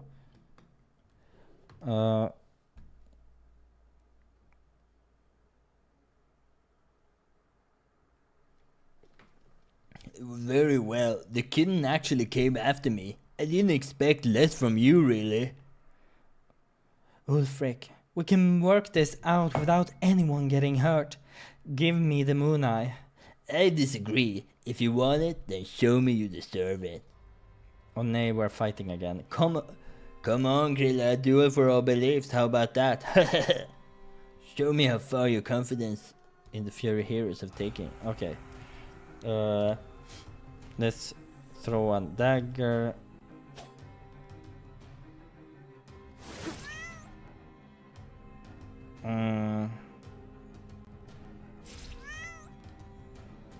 That last attack was enough to cloud my vision. I feel confused and dizzy. I stagger forward, trying to hold my ground, but my muscles weaken and I drop my daggers. Okay, another ending. I am losing a lot of blood. I see Ulfric's blurry form approaching me. Kitten, you fought very well. I admire your courage and determination. However, you proved that believing in the furry heroes isn't enough. See you in hell. Oh yeah, damn, that's harsh. And then with a powerful kick to my chest, I feel my body soar over the bridge strings. I feel light as never before in my life. I'm taking a long time to reach the ground, and I can only see the bridge getting further and further above me. I close my eyes to relieve the dizziness of seeing the walls speeding past me, until I feel something on my back, and then nothing else. Bad ending 6, victory of the Silver Hunter. Oi, damn.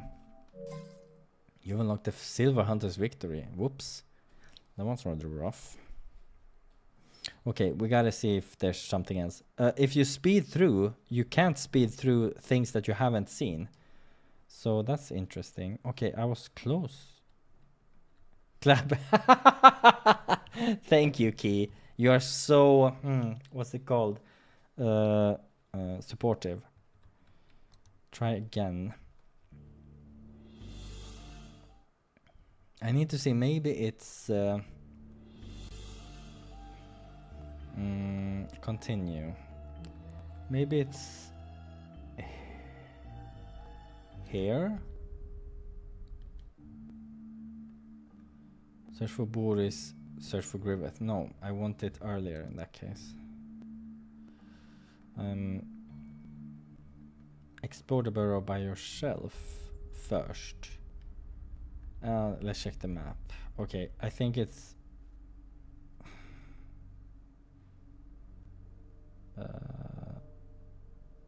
left, or like left. Enter the room. Enter room. Then we turn left again. Back one room. Turn to the right. And then turn to the right. Among old papers and some golden coins, there is a flask made of glass with a magical red liquid in it. I smile. Adventurers used to call this a health potion because it instantly recovers part of their energy and heals superficial wounds. I have only used a few since I joined my guild because potions can be expensive, especially if you live miles away from lake regions. Okay, this could be so we can save Sylvester. Since life stones are usually found in places with lots of water, generally speaking, in cities where sharks used to live, health potions are cheaper if you... Oh god, fortunately I'm not hurt enough to use this. It will be better for me to save it. Feeling rewarded for my exploration, I check the room again. Nothing new. 6 marks. It's really huge from the inside. This can't be. Maybe I think it's open the door in front of me. Follow right at first. There's the skull, the 3rd mark. Okay. Thanks, Berdenius. Going down. Okay. Okay, that was that. Now I'm gonna search for Ulfric again. And we're gonna see what happens. Let's make a new save.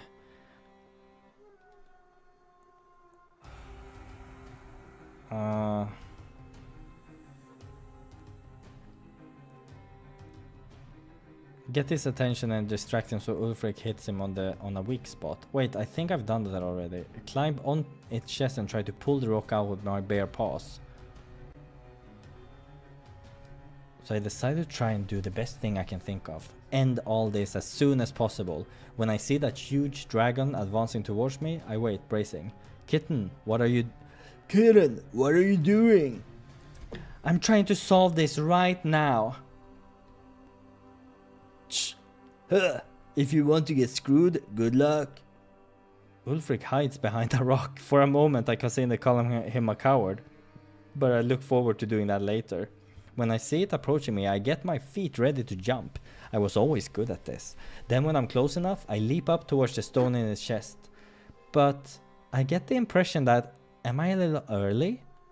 No, the monster definitely shifted its position in midair. Its paws hit me full on, taking me to the ground. Oh no, Kitten died. Trapped under its grip, I didn't even have time to react before I see its huge maw in front of me, immobilized by pain. And then I see it start to light up, about to ignite flames. Oh, there's nothing I can do. I can only hope for some kind of miracle.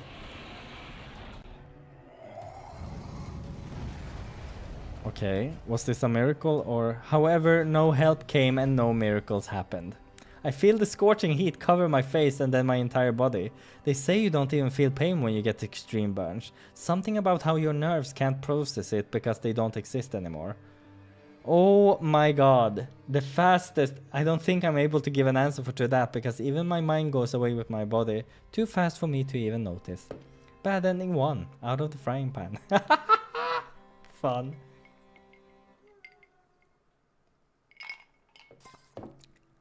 You have logged the out of a frying pan badge. Okay. Thank you. Oh, we're getting a lot of endings here that are super bad. Try again.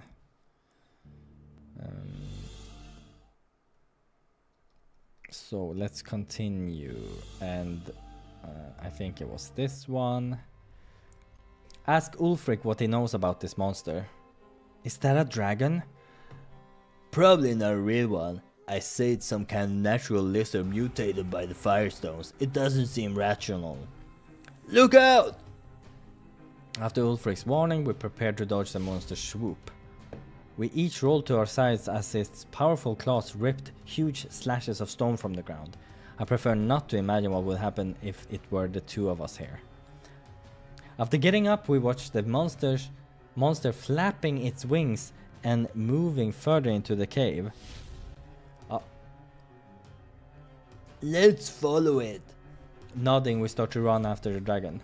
Have you faced something like this before? Somewhat. I saw your clap, by the way, Key. Somewhat. I faced monsters that have gained the ability to fly. Others with armor as hard as steel. Some fuckers with the ability to breathe out fire. But none that had it all at the same time. Motherfucker won the lottery. Do you have a plan? Yeah. In retrospect, I don't know why I thought he was actually going to explain it to me. He was so communicative, I almost forgot I was dealing with, well, Ulfric. Look, on top of that wall, it appears to be its nest. Stay down here. I'll go up there and kick its ass. And without waiting for an answer, he slipped the sword back into his scabbard and began deftly climbing the boulder wall. I won't let him do it all alone. I'm an adventurer too. I jump to the wall and start climbing quickly. Krille, what are you doing? And that's a good question. What should I do? Let's make another save. I think attack its wings is the smartest. Of course, if I can cripple its wings, it will be much easier to target for me and Ulfric, since it won't be able to fly. Reaching the top, I act faster than the monster would have time to react, bouncing off the rocks and jumping again. Landing on one of its wings, I penetrate the thinnest fabric with one of the daggers and draw a large vertical slash downwards. The monster lets out a terrible roar, beating its injured wing and the healthy one in sync. As I was still trapped in one of them, I was shaken violently and then I was thrown down. I wave my arms, but I'm too far from the wall. I'm plummeting to the bottom of the hill. I see Ulfric climbing the wall, still balancing with both paws hanging from a rock. Suddenly, I feel an intense force in my arm and then my body crashes into the wall. I close my eyes momentaneously to protect myself and then open them looking up. I see Ulfric holding my arm with one of his paws. The other is clutching his sword, which is stuck in the rocks. Nice hit, kitten. Now, let's wrap this up. Alright. Two of us then finish climbing and face the dragon who is struggling and enraged. Now, let's finish this. I see Ulfric reaching for the hilt of his sword with his... Oh. I think this I've done before. So let's just go. Okay, now he's talking again. Okay, let's just go. I believe in you, Doctor. Alright, you have my vote of confidence. Thank you very much, Krille. You don't know how much this means to me. You helped me at camp. You helped me at camp. I think it's just fair. I owe you something. And now you don't owe me anything else. With the matter closed, Boris brings the key to the padlock, inserting it. Let's go. Find a way to disarm the trap. We don't have much time. So I need to get us more time. I need to disarm this trap. I decide to walk to the center of the room, the place where I've investigated the least. If there's any kind of mechanism here, it should be around here. I get down on the floor, rummaging with my hands to identify some kind of sinking, crack, anything. After sliding my hands around the floor for a while, I end up feeling something like a detachment on a slab. Boris, look! I press with both hands and I feel it sink, and I immediately notice what seems to be two slabs spreading themselves to reveal a hole in the ground. I found something! Nice going, Krille. I saw the doctor starting to approach me from a distance, so I looked down and I saw something that actually made me a little uneasy. Okay. An orange light was emanating underneath. I can see that there are several magical earthstones connected to a type of metallic device. Okay. And very quickly I see several spikes made of solid rock forming in the air, pointed towards me. Krille, watch out! But the warning came too late. Oh wow. I feel the impact of several projectiles hitting my chest hard, skewering me with acute pain. I have the impression of hearing Boris shout my name, but it sounds distant. Key, clap. My ear seems to be filled by a sharp burst. Everything went dark and I feel my body tip over, falling into the trap hole, where I will probably never be found again. Bad ending 4, just a flesh wound. Oh my god, so many bad endings that it's like one hit kills. Okay. We're slowly finding out some stuff at least, I think. We'll see what can be done from where we are now. Maybe... yeah, Ulfric. We didn't get the stalls there. And we're gonna... I'm not gonna read through things. We're gonna speed through things. It's only new stuff that we're gonna look at. What's this cat doing? Yeah, attack its wings, I think, is the best. Attack its heart? What happens then? Of course, its heart is exactly where the stone is set. It's probably a more sensitive and fragile place. I move forward, preparing to cross. Monster fights back. However, I'm a good angle and manage to dodge it. When I look back, I see Ulfric stand beside me after finishing his climb. Nice dodge, kitten. You are quite agile. Now, let's finish this. I see Ulfric reaching... Okay, then it's fine again. And then his mom and shit. Search for Boris. Let's go. I believe in you, Doctor. Find a secret exit. What if I can't take it? There must be an alternative for us to escape.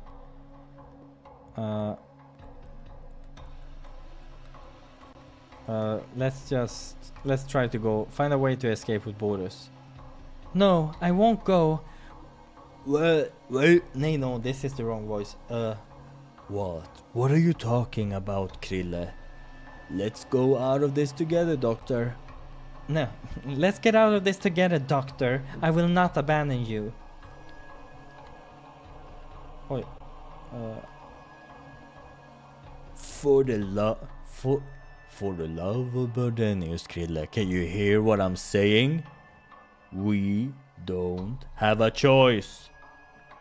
Maybe if... Oh no.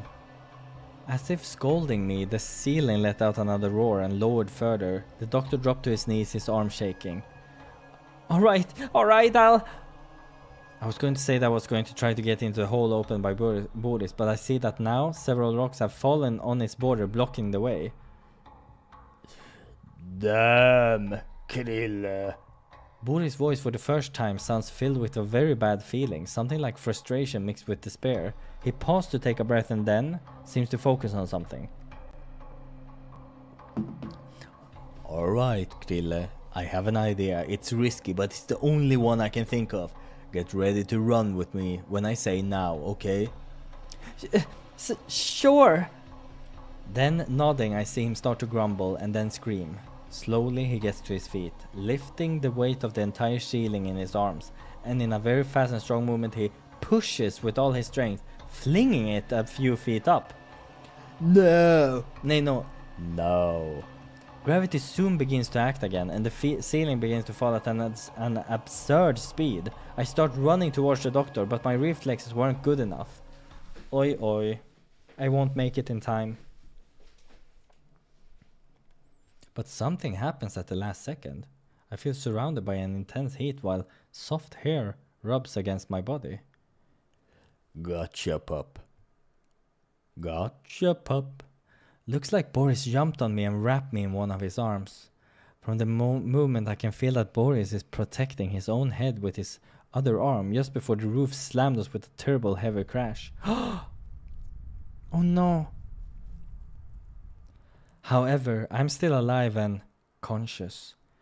I feel the doctor's arms digging into the rocks and earth around us, and after a few seconds of suffocating silence, I manage to open my eyes again, seeing the room filled with rubble. Wow. I pull away from Boris' grip to watch him. He looks very tired and bruised. Doctor, did you withstand the impact of the entire roof? Taking a deep breath and leaning against a large rock, he looks at me. He seems to be recovering well. No, I would have died if that were the case. I identified a crack in the ceiling close to where I opened the previous hole. I figured if I hit that spot with my fist, at the same time gravity would pull the ceiling down, it would end up having an effect similar to a drill or a pickaxe. Tunneling with my body. Jesus, that's insane. And considering we're both alive, it worked. Doctor, That is amazing. You saved me. Thank you very much. I just did my job, but more importantly, the doctor's tone sounds more serious. His expression goes rigid and his gaze sharpened. Next time, listen to what your colleagues say, okay? You can't imagine the importance of this. I gulp. I suddenly feel very self-conscious about being stubborn. I'm sorry. I don't know what else to say in this situation, so I try to be as honest as I can about my regret. Boris just sighed, and he smiled again tiredly. Alright, let's not talk about that now. We still have a key to find, don't we? Yes, that's right, let's go! I look around. The first thing that catches my eye, besides the mess, is that... oh yeah, we can speed this through. Now we're sitting and taking it easy. Sorry for Grivet. Grivet, air blast! Demonstrate a leadership position and lead the way. I know how to survive in unknown places. I'll make you go back to the tower safely. Now my night vision and my whiskers are my best allies. Showing a confident tone, I start to guide us through the place. Then after a short walk, we're in a new place. It is oh.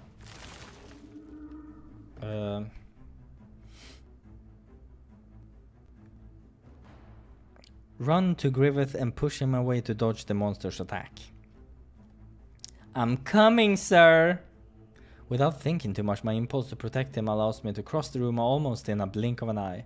Jumping and running on 4 paws, I wait until I become around 2 meters away from him, and then I jump towards him, pushing him away. I can't see if he got harmed, but on the ground I can absorb pretty clear that the worm got angry and it's about to contest my attitude. Out of nowhere, I feel the ground shake as if there was another worm in it. Soon after, I'm thrown into the air by what I think is the worm's tail. Do worms have tail?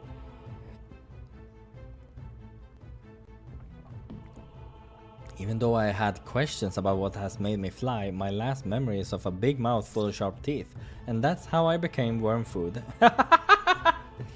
Bad ending 3, a tragedy of impulsivity. Oh no.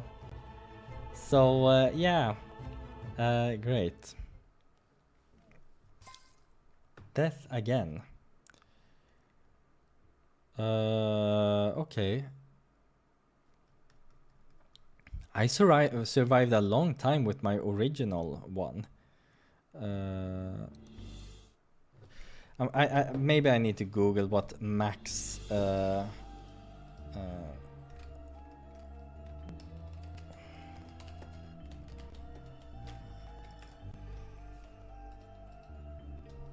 guide.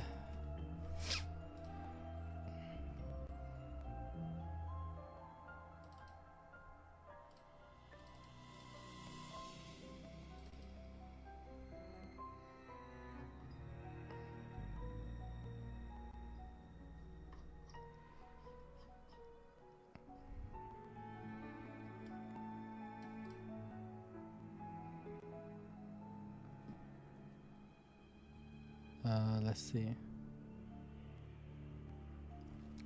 Okay, there seems to be some kind of thing here. Let's go to this save slot, and then attack, throw dagger, attack him close range. Oh. That was not... that was so bad. Let's load something else. Okay. Maybe this would be fine. Oh. Yeah, let's just go fast.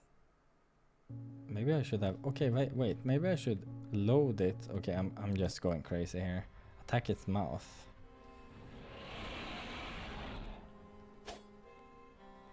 Okay, I cannot. Another death. I can't believe that I survived that long without a guide. Yeah, thank you, Key. I'm really... it's not... Now I died again. Okay, sure. Why not?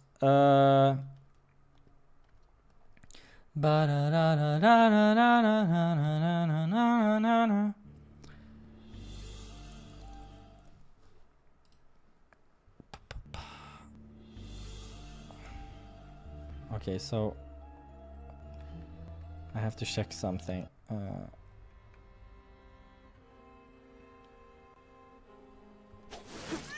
Oi, close range. Oh, I suck.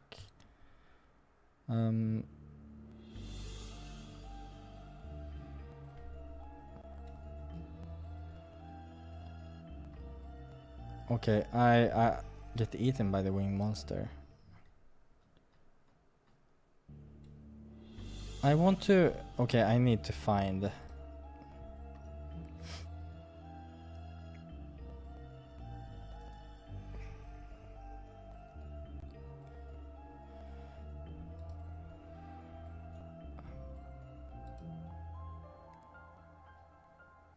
I need to find the right...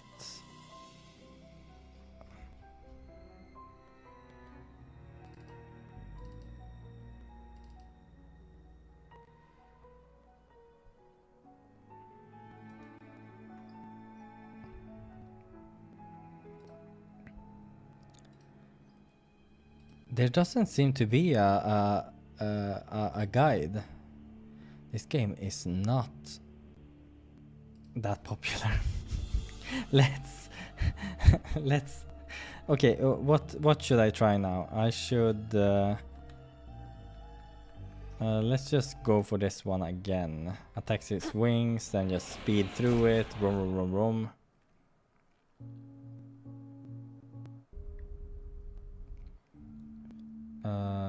Yeah, let's search for Boris. Then I need a new save.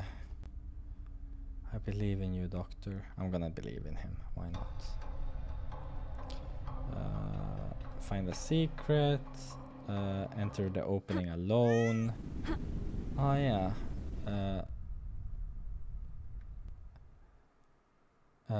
Respect his wishes. I think I helped him last time with the ointment. I look around. The first thing I catch... What? I respected his... Okay, sure. Okay, whatever. Let's just move on. Search for Grievous. Air blast! Air blast! Oh, demonstrate a leader position.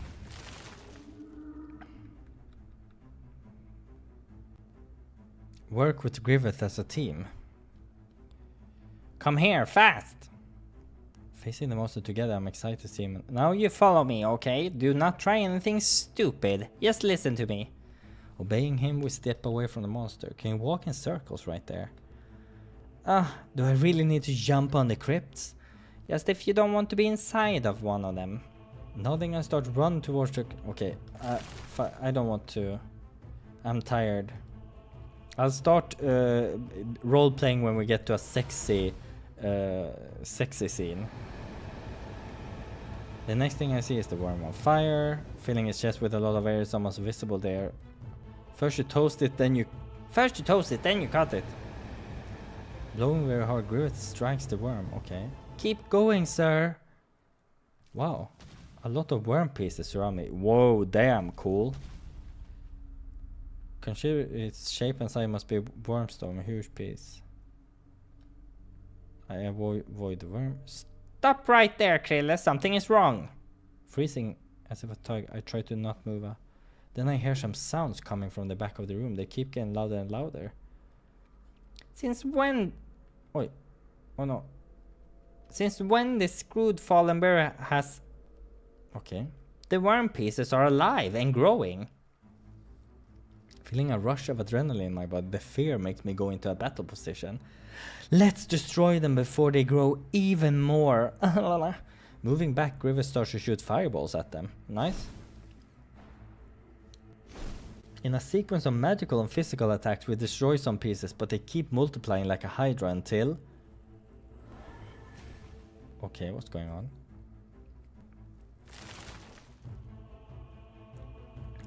What the hell is that? Without question, these are the most frightful blah blah blahs. what I heard from Griffith. The feeling of despair and tension goes straight to my soul. Back to his powerful form, which now seems weaker than before. Oh no. Fireball! Lure them here! Griffith waits for me to get away from him a little, and then he flies. Hold tight, Krille. If you shitty worms think you can hide from me in the ground, let's pull you all out from it. Griffith starts to fly in circles. Are you really thinking about creating a dust devil right here? Okay, making a fool out of it instead of kiss moving. Okay. Time to make them fly! Reducing the dust devil. Oh wow. Screwing up his whole plan, the worm which is leading the group introduces a new skill to him, a high and intense noise. Okay. Stay there, Griffith. Can you enchant my daggers? I have a plan. Showing insecurity, Griffith trusts me and I see my daggers becoming involved in his magic. So I open the crypt so it will make it easier to escape. Both worms are too stupid to notice my shelter. They are coming. Stay still and get ready to go up on... While I get ready to count down, I observe the worms jumping towards him with their mouths open. 3, 2, 1... Flapping his wings downward with all his strength, Griffith gives himself a boost and soars towards the ceiling. Okay, whatever. 1 point for me. Griffith returns to the ground with an air of gratitude, demonstrating that I'm expecting a sort of recognition for my plan. He talks to me in his own way. Good to see luck is on your side, Krille. What, is that all he has to say? I will send a note to the tower about your act. Noticing a little bit of frustration on my face, he decides to end our glorious moment. My glorious moment. And changing the topic, I think we should return to the room where we started. If I am right, the worm mother and the stone were responsible for providing energy. Okay, interesting. But I felt Griffith really want to share something with me, and then... Why does he have such a hard time being vulnerable? A little bit frustrated, I try to answer him with an excited tone. Even though I prefer a demonstration of gratitude, I feel it probably will never happen. So I decided to not think about this victory. Alright!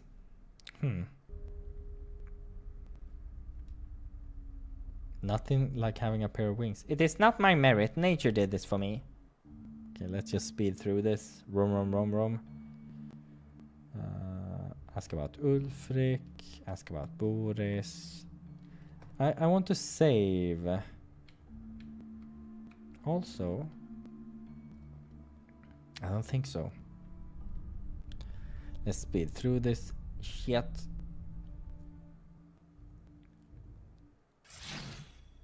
Yeah, Boris, he becomes evil. Oh no. Okay. Oh yeah, wait. Wait, didn't I have a... Oh no, did I do something wrong? Am I at the wrong save now? Huh. Let's see what happens if we go with this. Wait for him to attack first. Try to talk to him. Throw a dagger. If you weren't so blind, you would realize that this fight is meaningless. We can work together, Ulfric. Then let me... Krille, you are a miserable idiot like all the others. You call me blind, but you worship a bunch of criminals you've never seen in your life. Don't talk to me about stubbornness, you bastard son of a bitch. Krille, I'll kill you. Then consumed by wildness, he charged forward once more. He makes a wide horizontal slash, releasing huge blades of water. I just throw myself backward, landing on the steps of the stairs, watching the blades go over my head. But something catches my attention. The bridge ropes were cut by his blow. I only have time to briefly see Ulfric's expression change from anger to surprise as he begins to plummet towards the dark abyss. Oh my god. No, after all we've been through together, I can't let it end like this. Feeling my chest tighten, remembering our times together, I take an instinctive action. I feel my hind leg lift off the ground, leaping towards Ulfric to save him. Oh my god, maybe this gives a little bit of extra boost. But of course, that is already impossible. I feel light as never before. I'm taking a long time to reach the ground and I can only see the breach getting further and further away above me. I close my eyes to relieve the dizziness of seeing the wall speeding past me, until I feel something on my back and then nothing else. Pad ending 6. Oh my god, I died again. Annoying. Try again. Let's go for it again.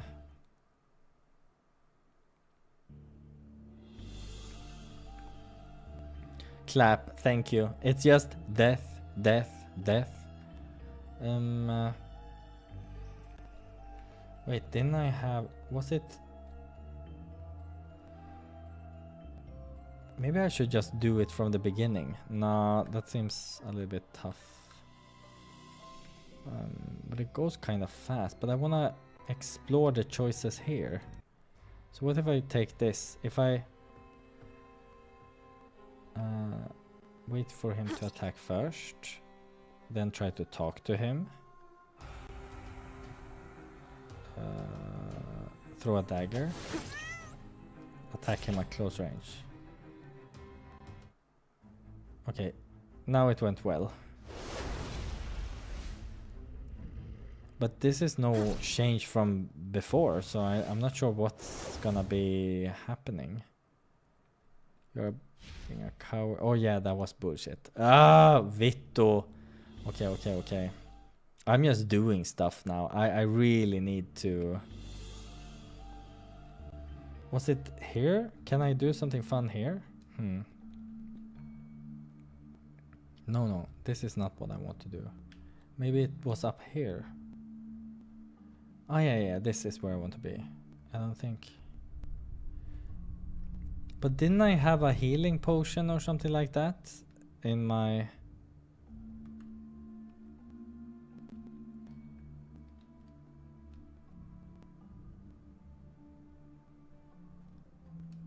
Okay.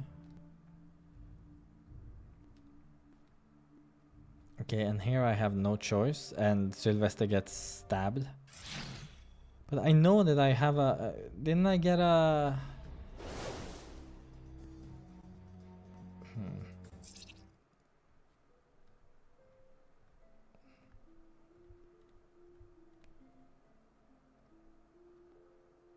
I need to save Dr. Boris. I've never done that, I think.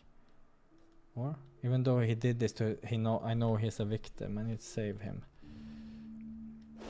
Oh no, okay, this seems to have happened before. Boris! Scream his name, blah blah blah. Boris expression. Well. Oh my. We're just gonna skip this. I'm getting tired of this game. I need some sexy ending. I feel Grivet. Okay. But he's also Boris. Okay.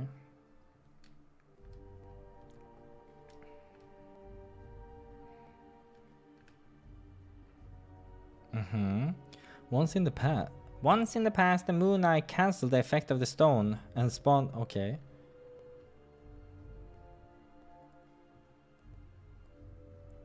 Okay. Can't I... Okay.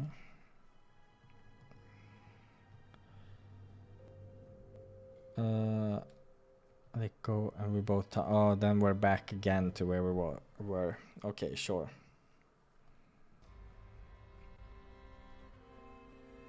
How...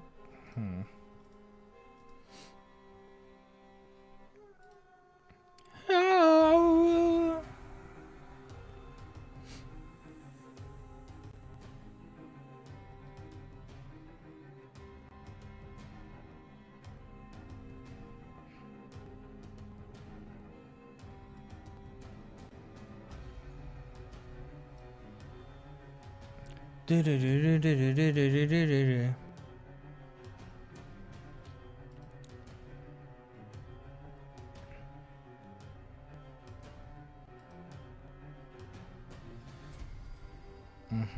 Okay, I'm not finding any...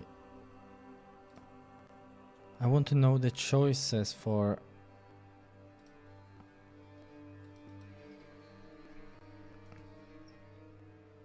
Ah, whatever.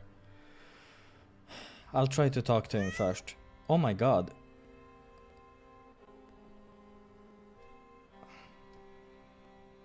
I got damaged because I...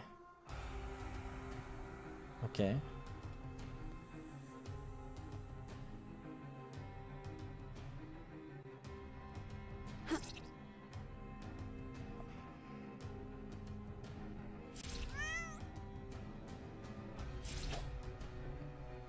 Nice.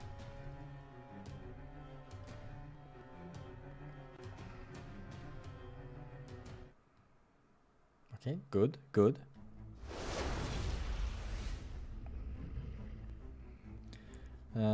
Girl didn't answer. Then looking at Burrow figure, frown, and then I feel an idea pop in. It's hard to say as I already.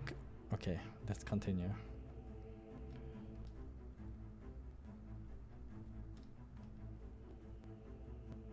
Oh, so I need you to help me hold Boris in some way so I can get close to him and make him hear me. I think this is among the stupidest ideas I've ever heard. This plan is crazy as shit. Okay, let's check it out. I'm in. In the absence of better options, I have no problem collaborating with this. But if you fail, I will need to take other measures, understood? Of course! If I overload my airstone, I can try to create a steady, intense flow of wind which will hamper any attacks or magic he tries to do. However, I will be vulnerable while casting the spell if anything interrupts the spell.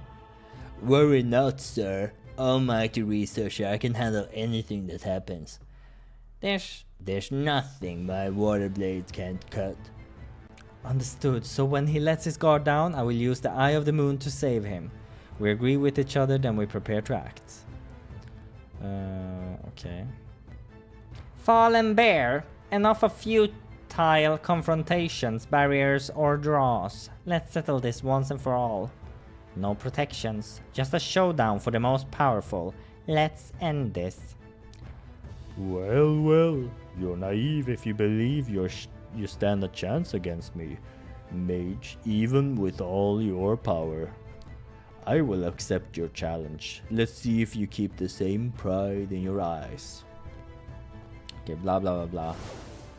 Final force! Okay. I feel like I wasn't quite ready for this. I need to use all the strength. Boris seems... Is that all you can do? This is nothing in the face of true power of destruction. Rock Cascade! Where is... Okay, if I need the sexiness.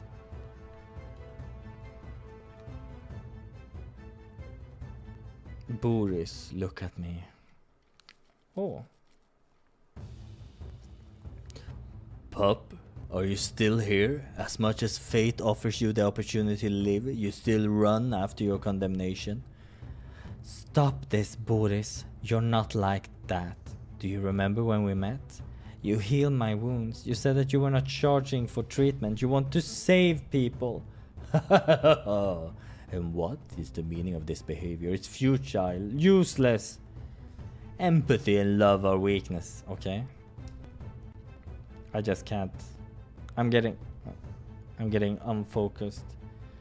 You know what, you two. He's so boring. I want sexy time.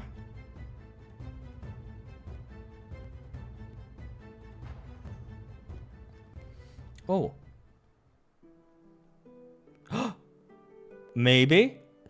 Because you're special to me, Boris. From the first moment I saw your smile when you opened the curtain for me, until the moment I felt your hands in my hair, caressing me.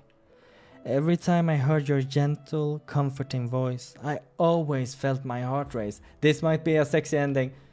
I don't know exactly what motivated me to say those things, especially at a time like this, but the words are just coming out of my mouth like a steady, natural come flow. I'm falling for you, Boris, and I want you back. Please, give me the opportunity to understand this feeling and to have you by my side for that. Boris remains silent in front of me. He glares at me with his gaze of cold fury, but after a few seconds, then he kneels. Krille, please help me. No, that's the wrong voice. Please help me. His voice it no longer sounds like the fury, pride and cruelty of the fallen bear.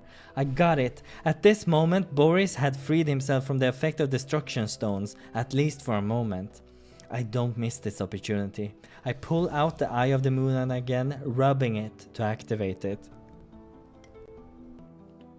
And then the light purifies us. A few seconds later, Grivet magic ends, leaving just me and Boris in that silent battle scene. His expression, it looks like the saddest I've ever seen. His gaze demonstrates a mixture of melancholy, regret and even fear.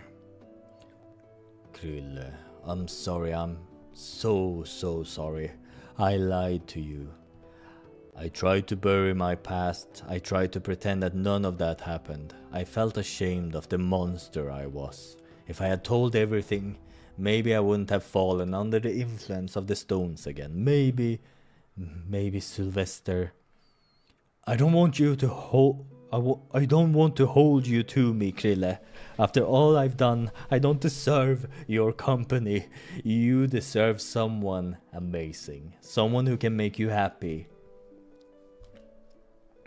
I think I know the right person for this. It's you, Doctor. I can feel that in your heart. You're a good person, and that's all that matters to me. Let me ask you something.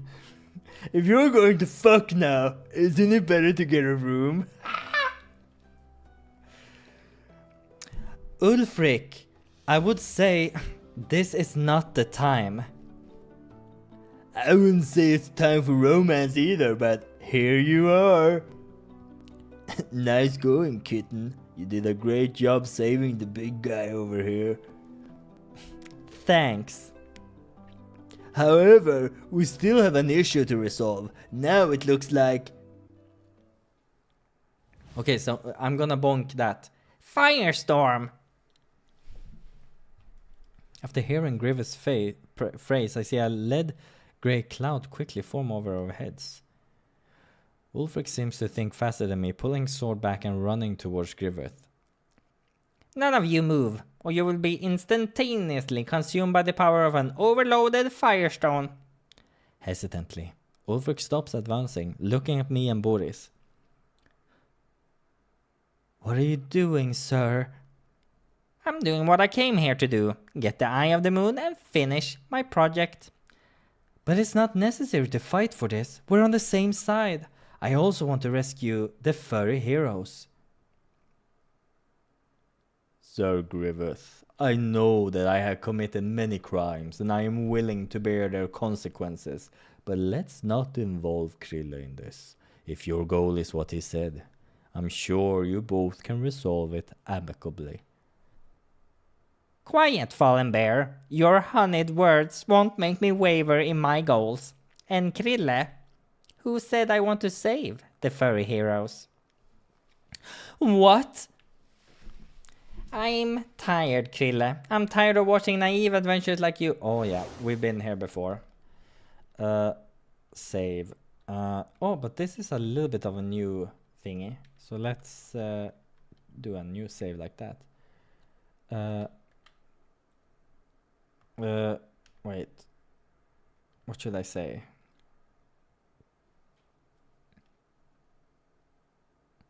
The world needs you alive, sir.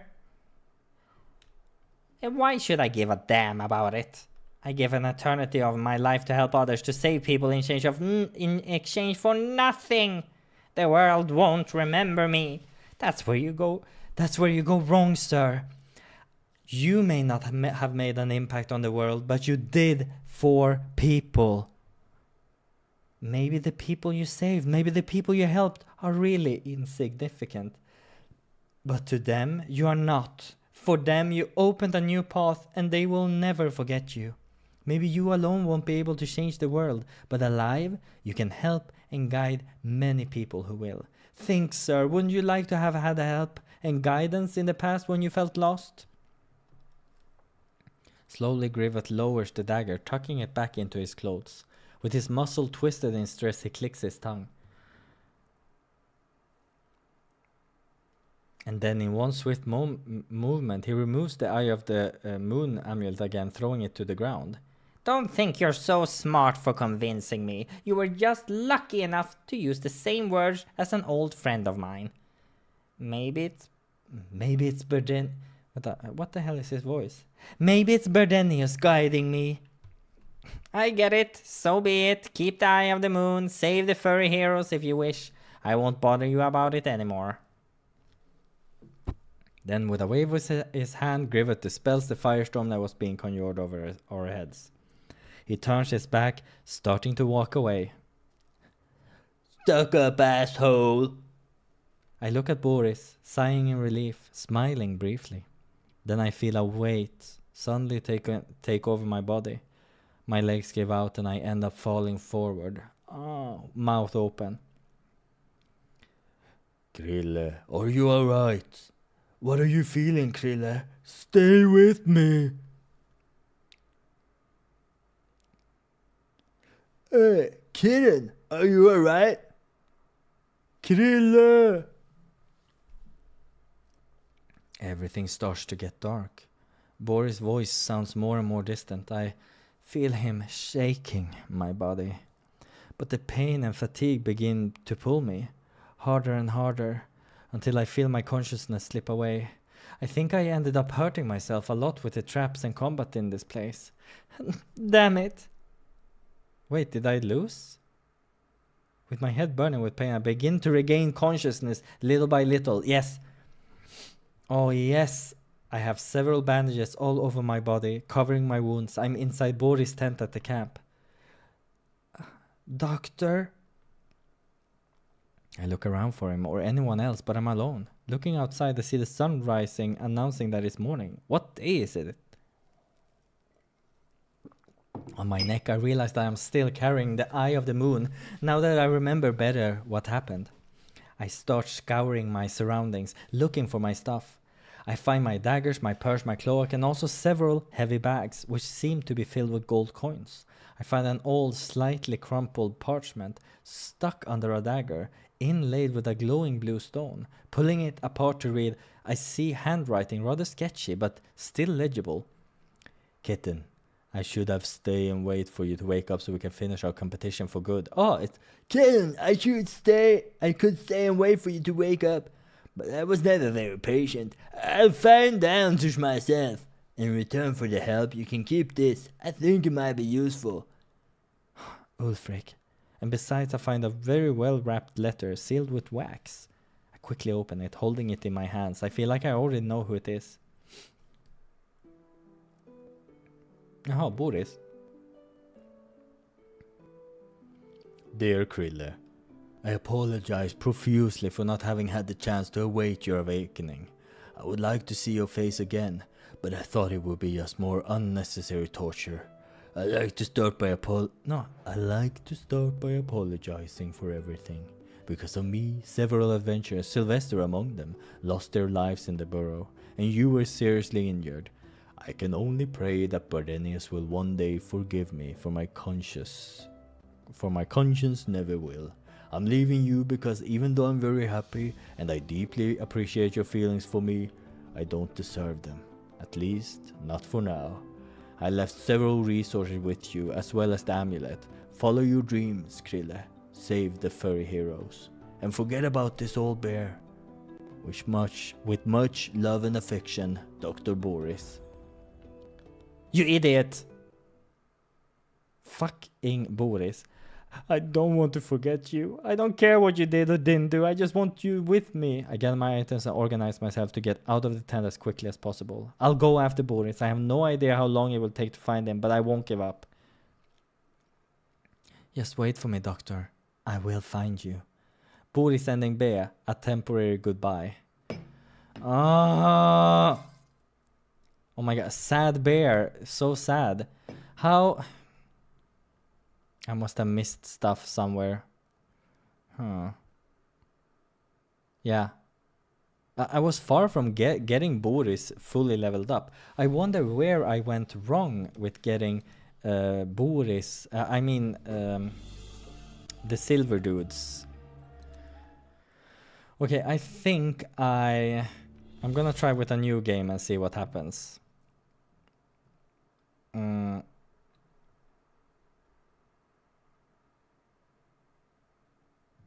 We'll play with the live thingies. Let's go. Meow! This may be dangerous. Oh, but I'm fine. I can handle this until I reach camp. I'm just going for it.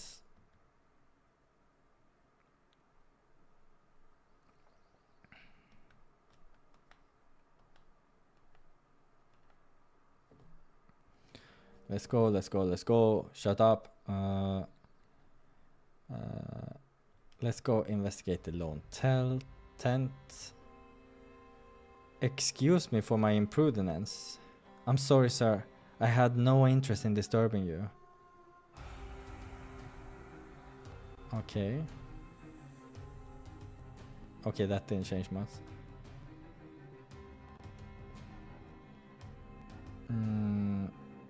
I must hear what he has to say.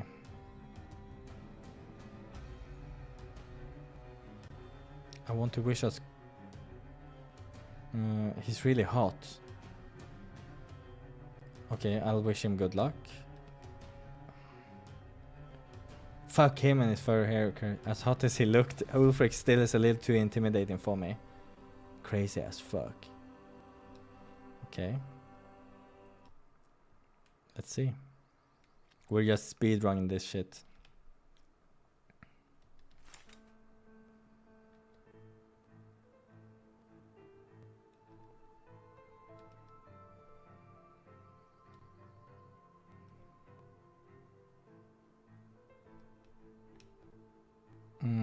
Okay. He saw... Let's stay for a little longer.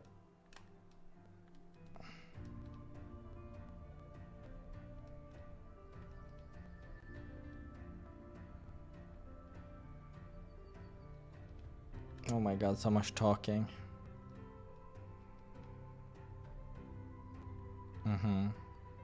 He's talking a lot about his dreams.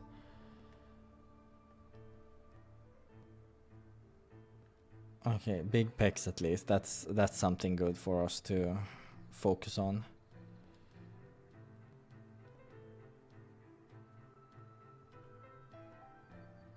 Thank you, doctor. I'll remember this.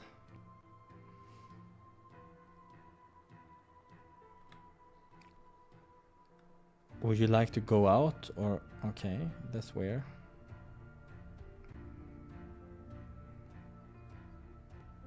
Can you help me relax a little bit more?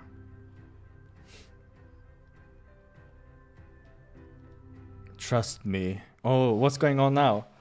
Oh, damn! I end up obeying him after hesitating a bit. The next thing I feel is his fur brushing my face and his lip. What? And his... What? The next thing I feel is his fur brushing my face and his lips pressed against mine, like a raging river running through a dam. I feel his tongue invading my mouth. His movements are intense but calm, as if it was a big blanket bringing me comfort. Suddenly, we have something sexy happening. Soon then, this ends. I'm out of breath, lying on the stretcher as the doctor walks away. Guess I should apologize for my elation. Did I make you uncomfortable? If so, feel free to let me know. Oh, no. I was just a little stunned. I wasn't expecting this, but it wasn't bad. Actually, I really liked it. Thanks. I'm glad to hear that. Whenever you want and we have the opportunity, it would be no problem to do it again. All right. It sounds like a good idea. Now I think I really need to go. It was really nice meeting you, doctor. I say the same. See you later, Krilla. Wow. The bear kissed us. Nice. Yeah, let's check out. Do you have any to enter the... I thought Avenger had their own code of honor. What you said? He slapped my face hard. Are you trying to put me on the same level as a simple adventurer? So, want to start talk about what you have heard? Okay. Predictable. Okay, let's just go through this. What? And what would you consider a fair punishment for your crime? Maybe a massage? I saw that you were comfortable receiving it. Come here. Looking into my eyes as if he's worried about what I'll do to him, he takes his clothes off, enters the wash tub and takes a seat. What are you waiting for? Oh, do you prefer warmer paws or natural temperature? Warmer. I rub my paws to get against each other and then I touch his shoulders. Their texture feels a little bit rough but in a pleasing way. For almost 2 minutes I keep my mouth shut while I massage him. The water is still warm and the tent feels cozy. What was your name again? Krille. You seem to be above average for a young adventurer, or at least you know how to use your paws properly. Thanks. May I ask you a question, sir? Say it. Just for the record, I don't want this to sound like an offense, okay? But why do you refer to the other adventurers as weak people when the imps are considered the weakest species in the kingdom? Shouldn't imps' adventurers be the simple ones? I wasn't expecting to hear this from you. A sociology question, allow me to clarify this. After the first one from my kind were born, our body cells started to suffer mutations. Even though we were always born with wings, every imp can be born with a unique body. This is the reason why to this day we face a social structural problem. After all, who would want to mate with a mutant species? Oh, I gotta jump forward a bit.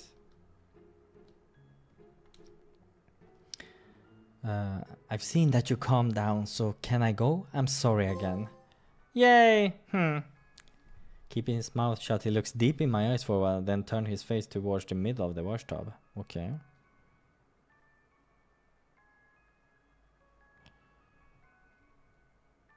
Oh, just go.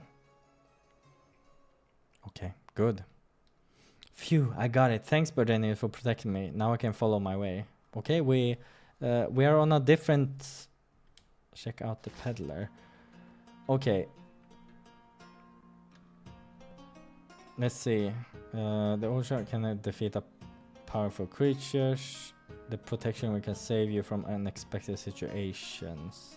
The ancient medallion is a true myth, but life is unpredictable. Let's go for the ancient medallion. Okay, sure. Okay, let's go. See what happens. Meow! Try to outsmart him in the bushes and strike from behind.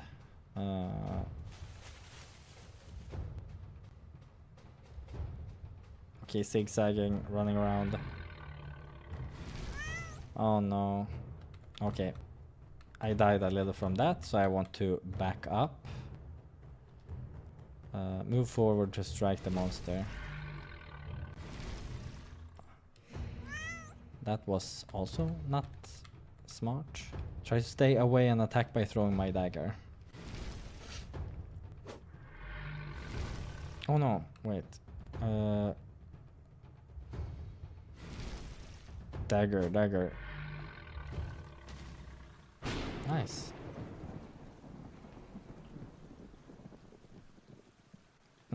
It's a useless effort to have conflicts now. Totally ignoring Boris' words, Ulfric turned away and headed inside the cave.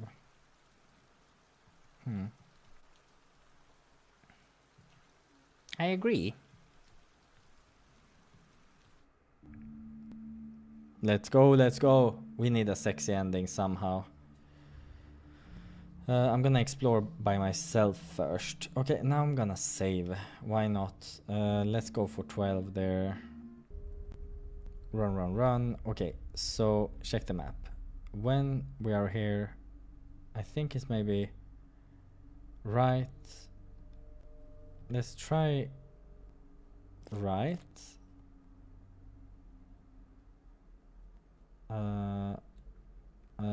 Right, left.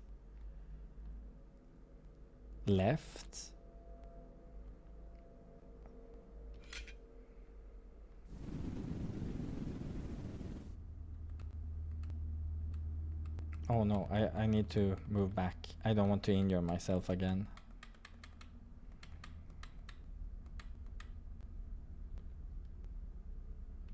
Okay, let's turn right. Let's then what? I guess turn right again. Wait, back one room. Back one room. Open the door in front of me. Turn to the right. Turn to the left. Open the door in front of me. Shit, they noticed me. I look around. I got the room with 10 marks. I need to keep going. Okay.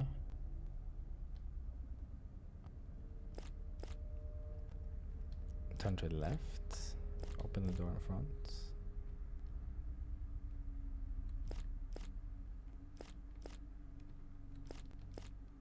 Okay, let's go back to one room. Then turn to the left. Turn to the left. No, that was so wrong.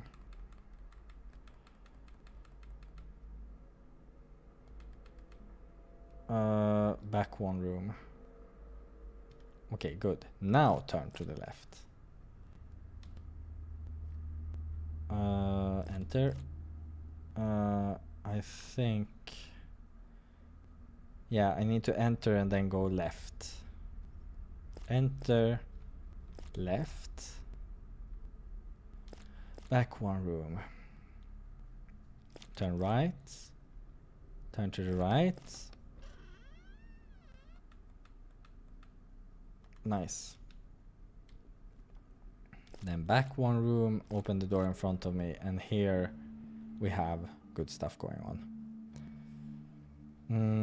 Okay, so okay, let's make a little save now again. We have some different, how do you say? I'll do on that one. Search for, should I search for borders and try to make a good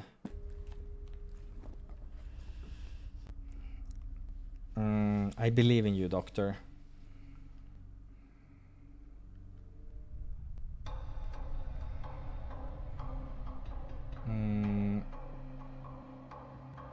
Find a secret exit somewhere in the walls. I think that's what you need to do.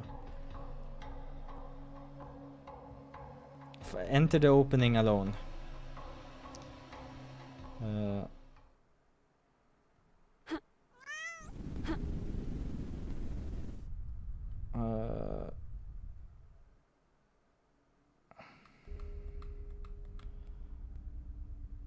Later I'll put on some ointment. You did splendidly. Okay. I need to insist on helping him.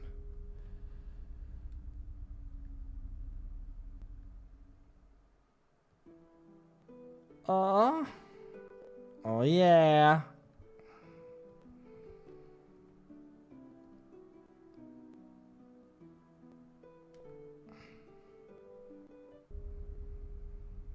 Let's continue. Return to Boris took the lead, showing the way. He seemed to remember very well the path we took to get here, even if it was a little labyrinth. We're halfway through, he calls my name. Krille. What is it? I think that when we get back to the central hall, you should leave the burrow. What? Why? It's too dangerous here for someone with your current experience. Oh, he's trying to save us. Need to train somewhere safer first. Do you say that just because I didn't agree with everything you said? No, because you didn't show the ability to working in a team, and this is a skill far more important than any other. Well, that's my problem. You're not superior to me in any way. Oi. Wait, I think...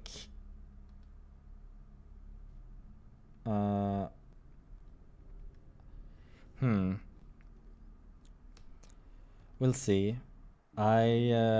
I thought that I did everything right and just listened to him, but he really wants me to listen to everything. Let's go attack its wings. What?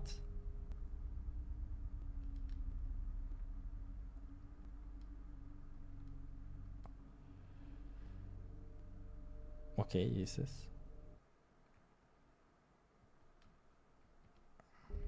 Okay, we are not... We need to kiss and make out with people in the beginning to get anything to happen. Oi. Go fuck yourself. I can tickle you until you drop it. I know how to make you relax, sir. Why on earth does this newbie think he has this level of intimacy with me? Oh, this is fun. Stop it, stop it. Oh my god, I'm tickling him. Holding back his laughter, he decides to stop his spell. Okay, I'm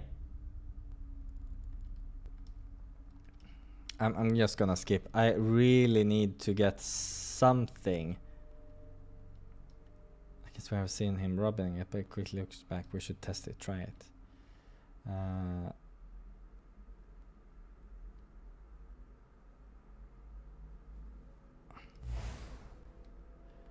The energy was protecting the stone recovers itself. Okay. What happened? We have a new clue. The real source being linked to something bigger. We need to check down there. Okay. Not sure what's... Air manipulation!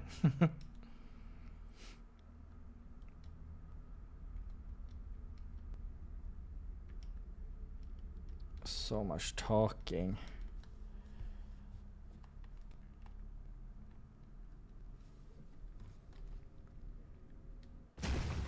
Okay, good. I work with Grivet as a team.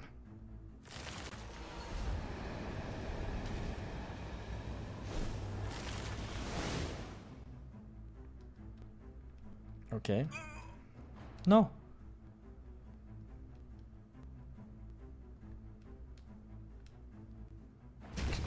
Oh no. The one was that... What? What are you doing? Why have my dice started... What?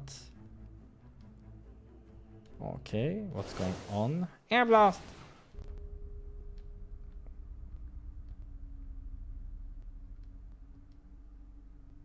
Oh my, his Grivet is injured. I'll be fine.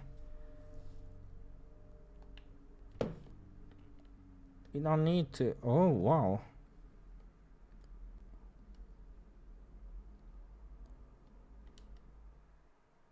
Okay. Promise you will not tell anyone about this. You have my word, sir, I promise. This happened a long time ago. Oh, whoa, we have something new here. At that time, my classmate and I started our scientific initiation project. His knowledge as one of the descendants of the tower's founder, my body's mutation potential could change our kingdom's history. Diseases, pain, unwanted mutations. We could fix so many problems. Tried all the theories, nothing worked. Nothing. But didn't stop me. I'm one of the rarest hybridization species in the world. So I convinced my classmate and we did that.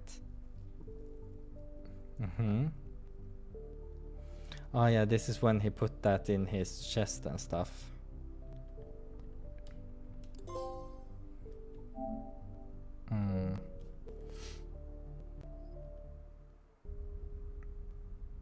I think we should return to the room where we started. Okay, sure. Unattentive. I know him. I even want to discuss a strange remark I made about him regarding stones. I'm wondering if I should reload because the bear asked about Grivet. But then is... I never got to meet him in person. What do you think? The first... Okay. Ali's partner. Okay.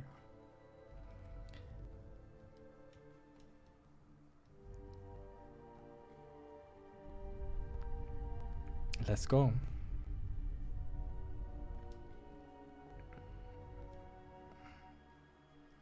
Go, go, go, go.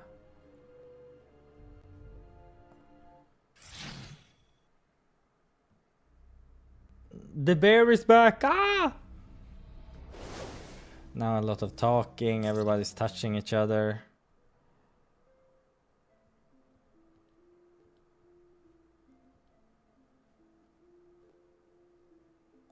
I just need to... Oh my god. People die all the time. I need to help Griffith. Sylvester will be in vain. I keep my promise, buddy.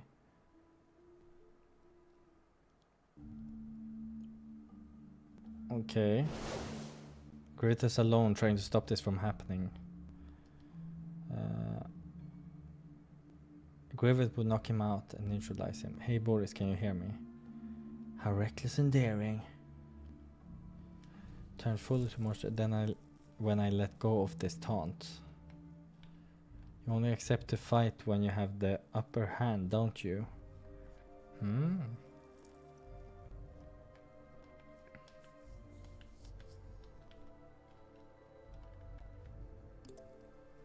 Uh-huh. Mm-hmm. What is even happening here?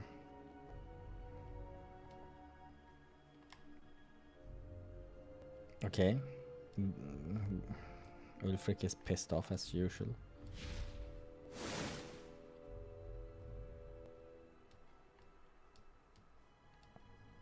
Blah blah blah. I'm not going to watch them fight. This is my chance. I quickly start running towards Ulfric, determined to snatch the amulet. What the? Krille, stop. Okay. Oh yeah, now it's gonna... Are we gonna fall now? Or?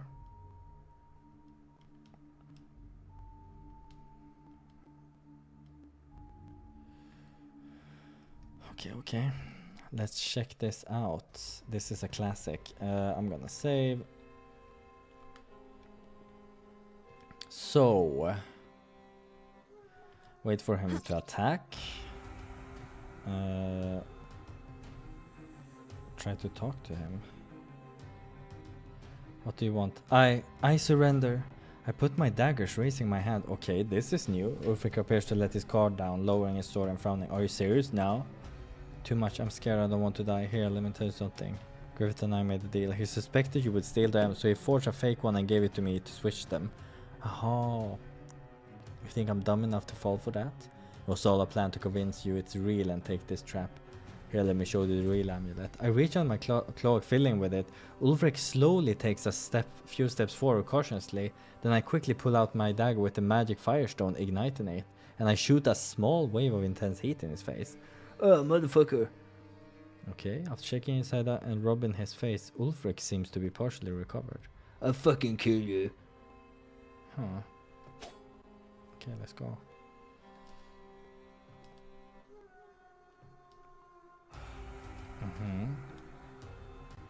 Why are my eyes wet? Why does my chest hurt so much? I remain frozen there for a few minutes, as if it took a long time to understand what had happened. I need to find Griffith and Boris again. Sylvester's test was not in vain. And neither Ulfric's. Oh my god, I killed Ulfric? I didn't notice that. Whoops. Let's see if we can get... Oh, Ulfric is not dead. I ignore Ulfric's comment. Do you know illusion spells, sir? It's not an illusion, but a kind of some air form.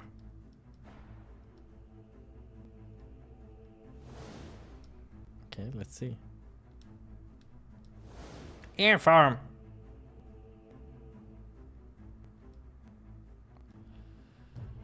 Let's see. Now. Oh, a misdirection based trick.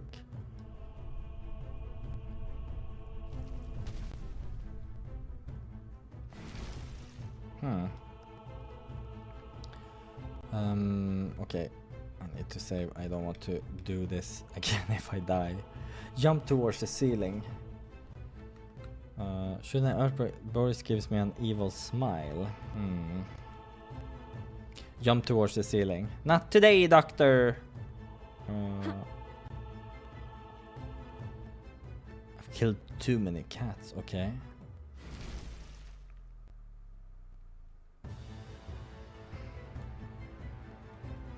Say hi to Bardenius for me, kitten. Oh nej.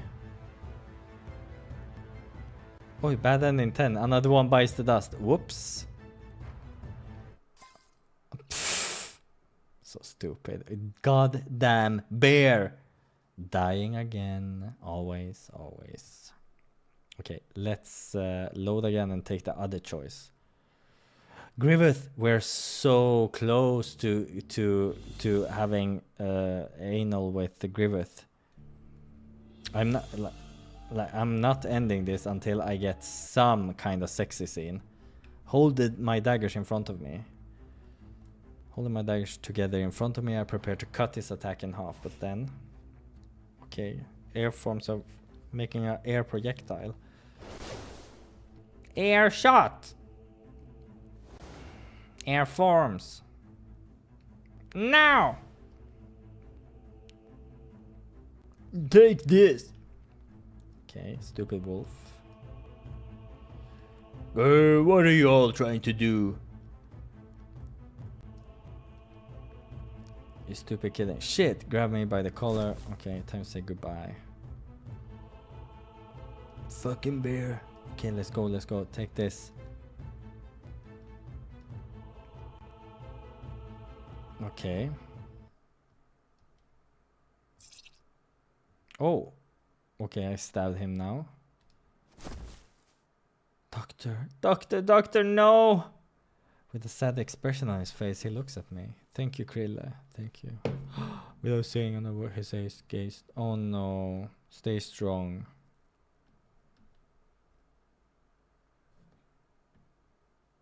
Okay.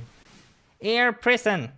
Suddenly Grievous' spell freezes me. I completely lost my focus while I watched an air jail being formed around me.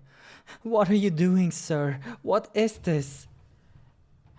For a few seconds I thought this foolish bear would give me more problems.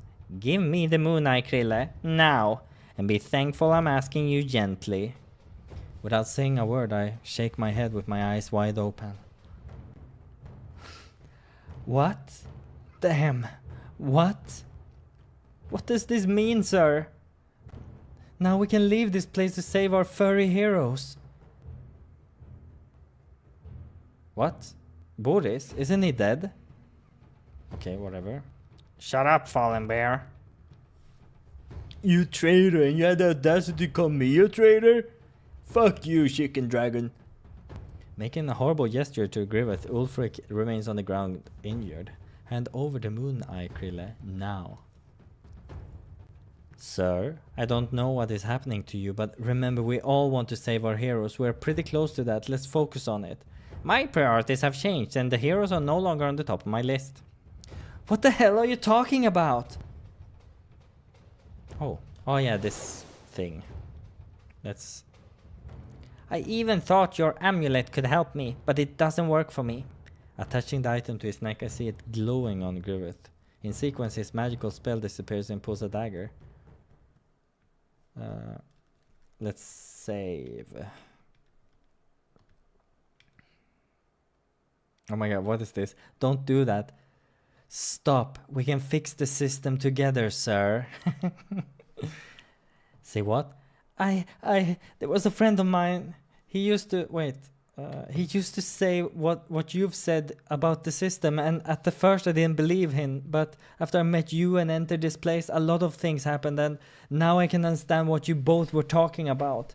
Even though you and he used to fight for the same thing in different ways, maybe we can use your status and his ideas to make a better world. Have you heard what I told you? The system is broken. I heard you, sir. However, you haven't understood how to fix it yet. We can't create a new world, but we can change people's mind to make a better one. Every change starts small, people by people. But suddenly you realize a lot of people have changed because of your small act. My friend Sylvester, the one you met, is proof of that. Day by day, he saved cubs harmed by the system, and after years of hard work, he had a skulk of foxes. It took time, but he did it. And we can do the same, sir. Oh, they're gonna have some children. Griffith raises his right eyebrow. Trust me, you are not alone. There are a lot of people trying to fix the system, but they need help. They need guidance, and considering your social position, your power, we can take a big step towards your dream, their dream. Add to that the fact that I bet Ulfric can help us. What? He was a victim of powerful people who ran the system. He's an Eagle Tribe victim, sir. Don't put words in my mouth, kitten. But yeah, I can think about if the chicken dragon helps me free myself from my cramps. I look at the doctor who is silent, watching my argumentation. Furthermore, Dr. Boris is another proof that the world needs to be fixed urgently. We need to create a better place so that people don't be seduced by the power of destruction stones. A world in which people don't need to use force to feel respected. I don't know. I'm not sure about this, Krille. Grivet drops his dagger. But there is something in you that really makes me feel this is possible. I'm not sure if it's your true desire to be a hero, the way you talk to people, your acts. It's just a thing that makes me feel confident to face the unknown. This seems romantic. Please. So, do you believe in me? I move my paw towards him. I do. He walks towards me, grabs my paw and sighs. Let's try this before I change my mind. And there are some things I need to do before starting our work. I'm right behind you, sir. Some months later, after leaving the Burrow of the Fallen Bear, Grivet took me straight to the Bodenius Tower. It took some hours, but he told me that Academy accepted his retirement. Questioning him about Ulfric, he convinced his college about the Silver Hunter being a victim of Eagle's tribe. I didn't ask for many details about it, but judging by his personality, he probably made a secret deal with them. Fortunately, Ulfric left his mercenary life and is now working as a fighting instructor. When I asked about Dr. Boris, Grivet told me, without giving further details, that he was forgiven by the royal court. Doctors attested destruction stones, if used for too long, caused mental illness.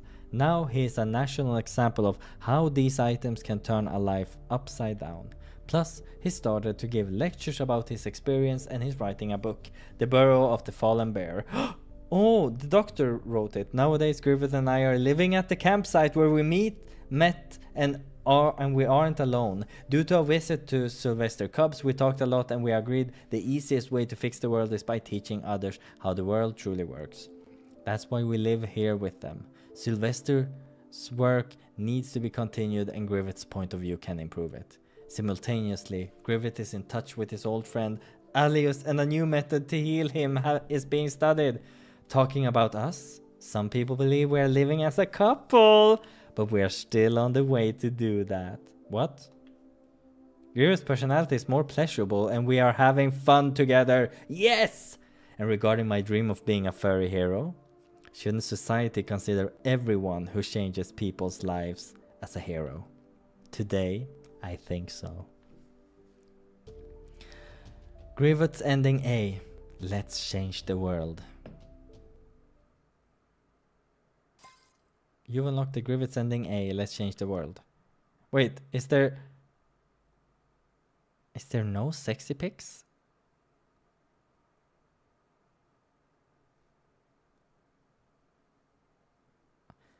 What the hell? Didn't I'm getting so confused how to get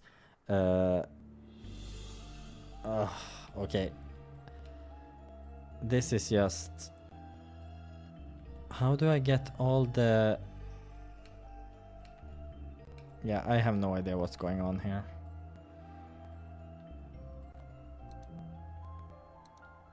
The protection ring, okay.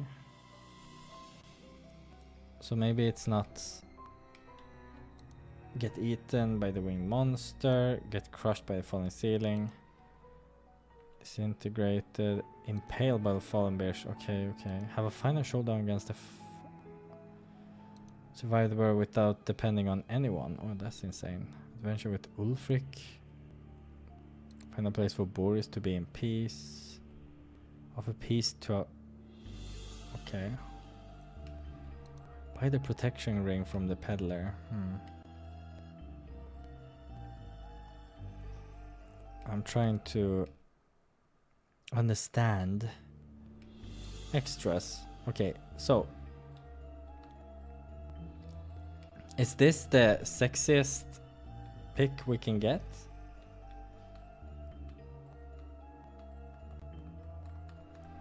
Maybe there isn't any sexy pics. I have been tricked. This game is non-sexual. So Okay, I feel so tricked. We're gonna end it there. We've seen enough. This was not the sexy game that I thought it would be. I was waiting for much more fun stuff, but it's mild teasing. So, yeah, thank you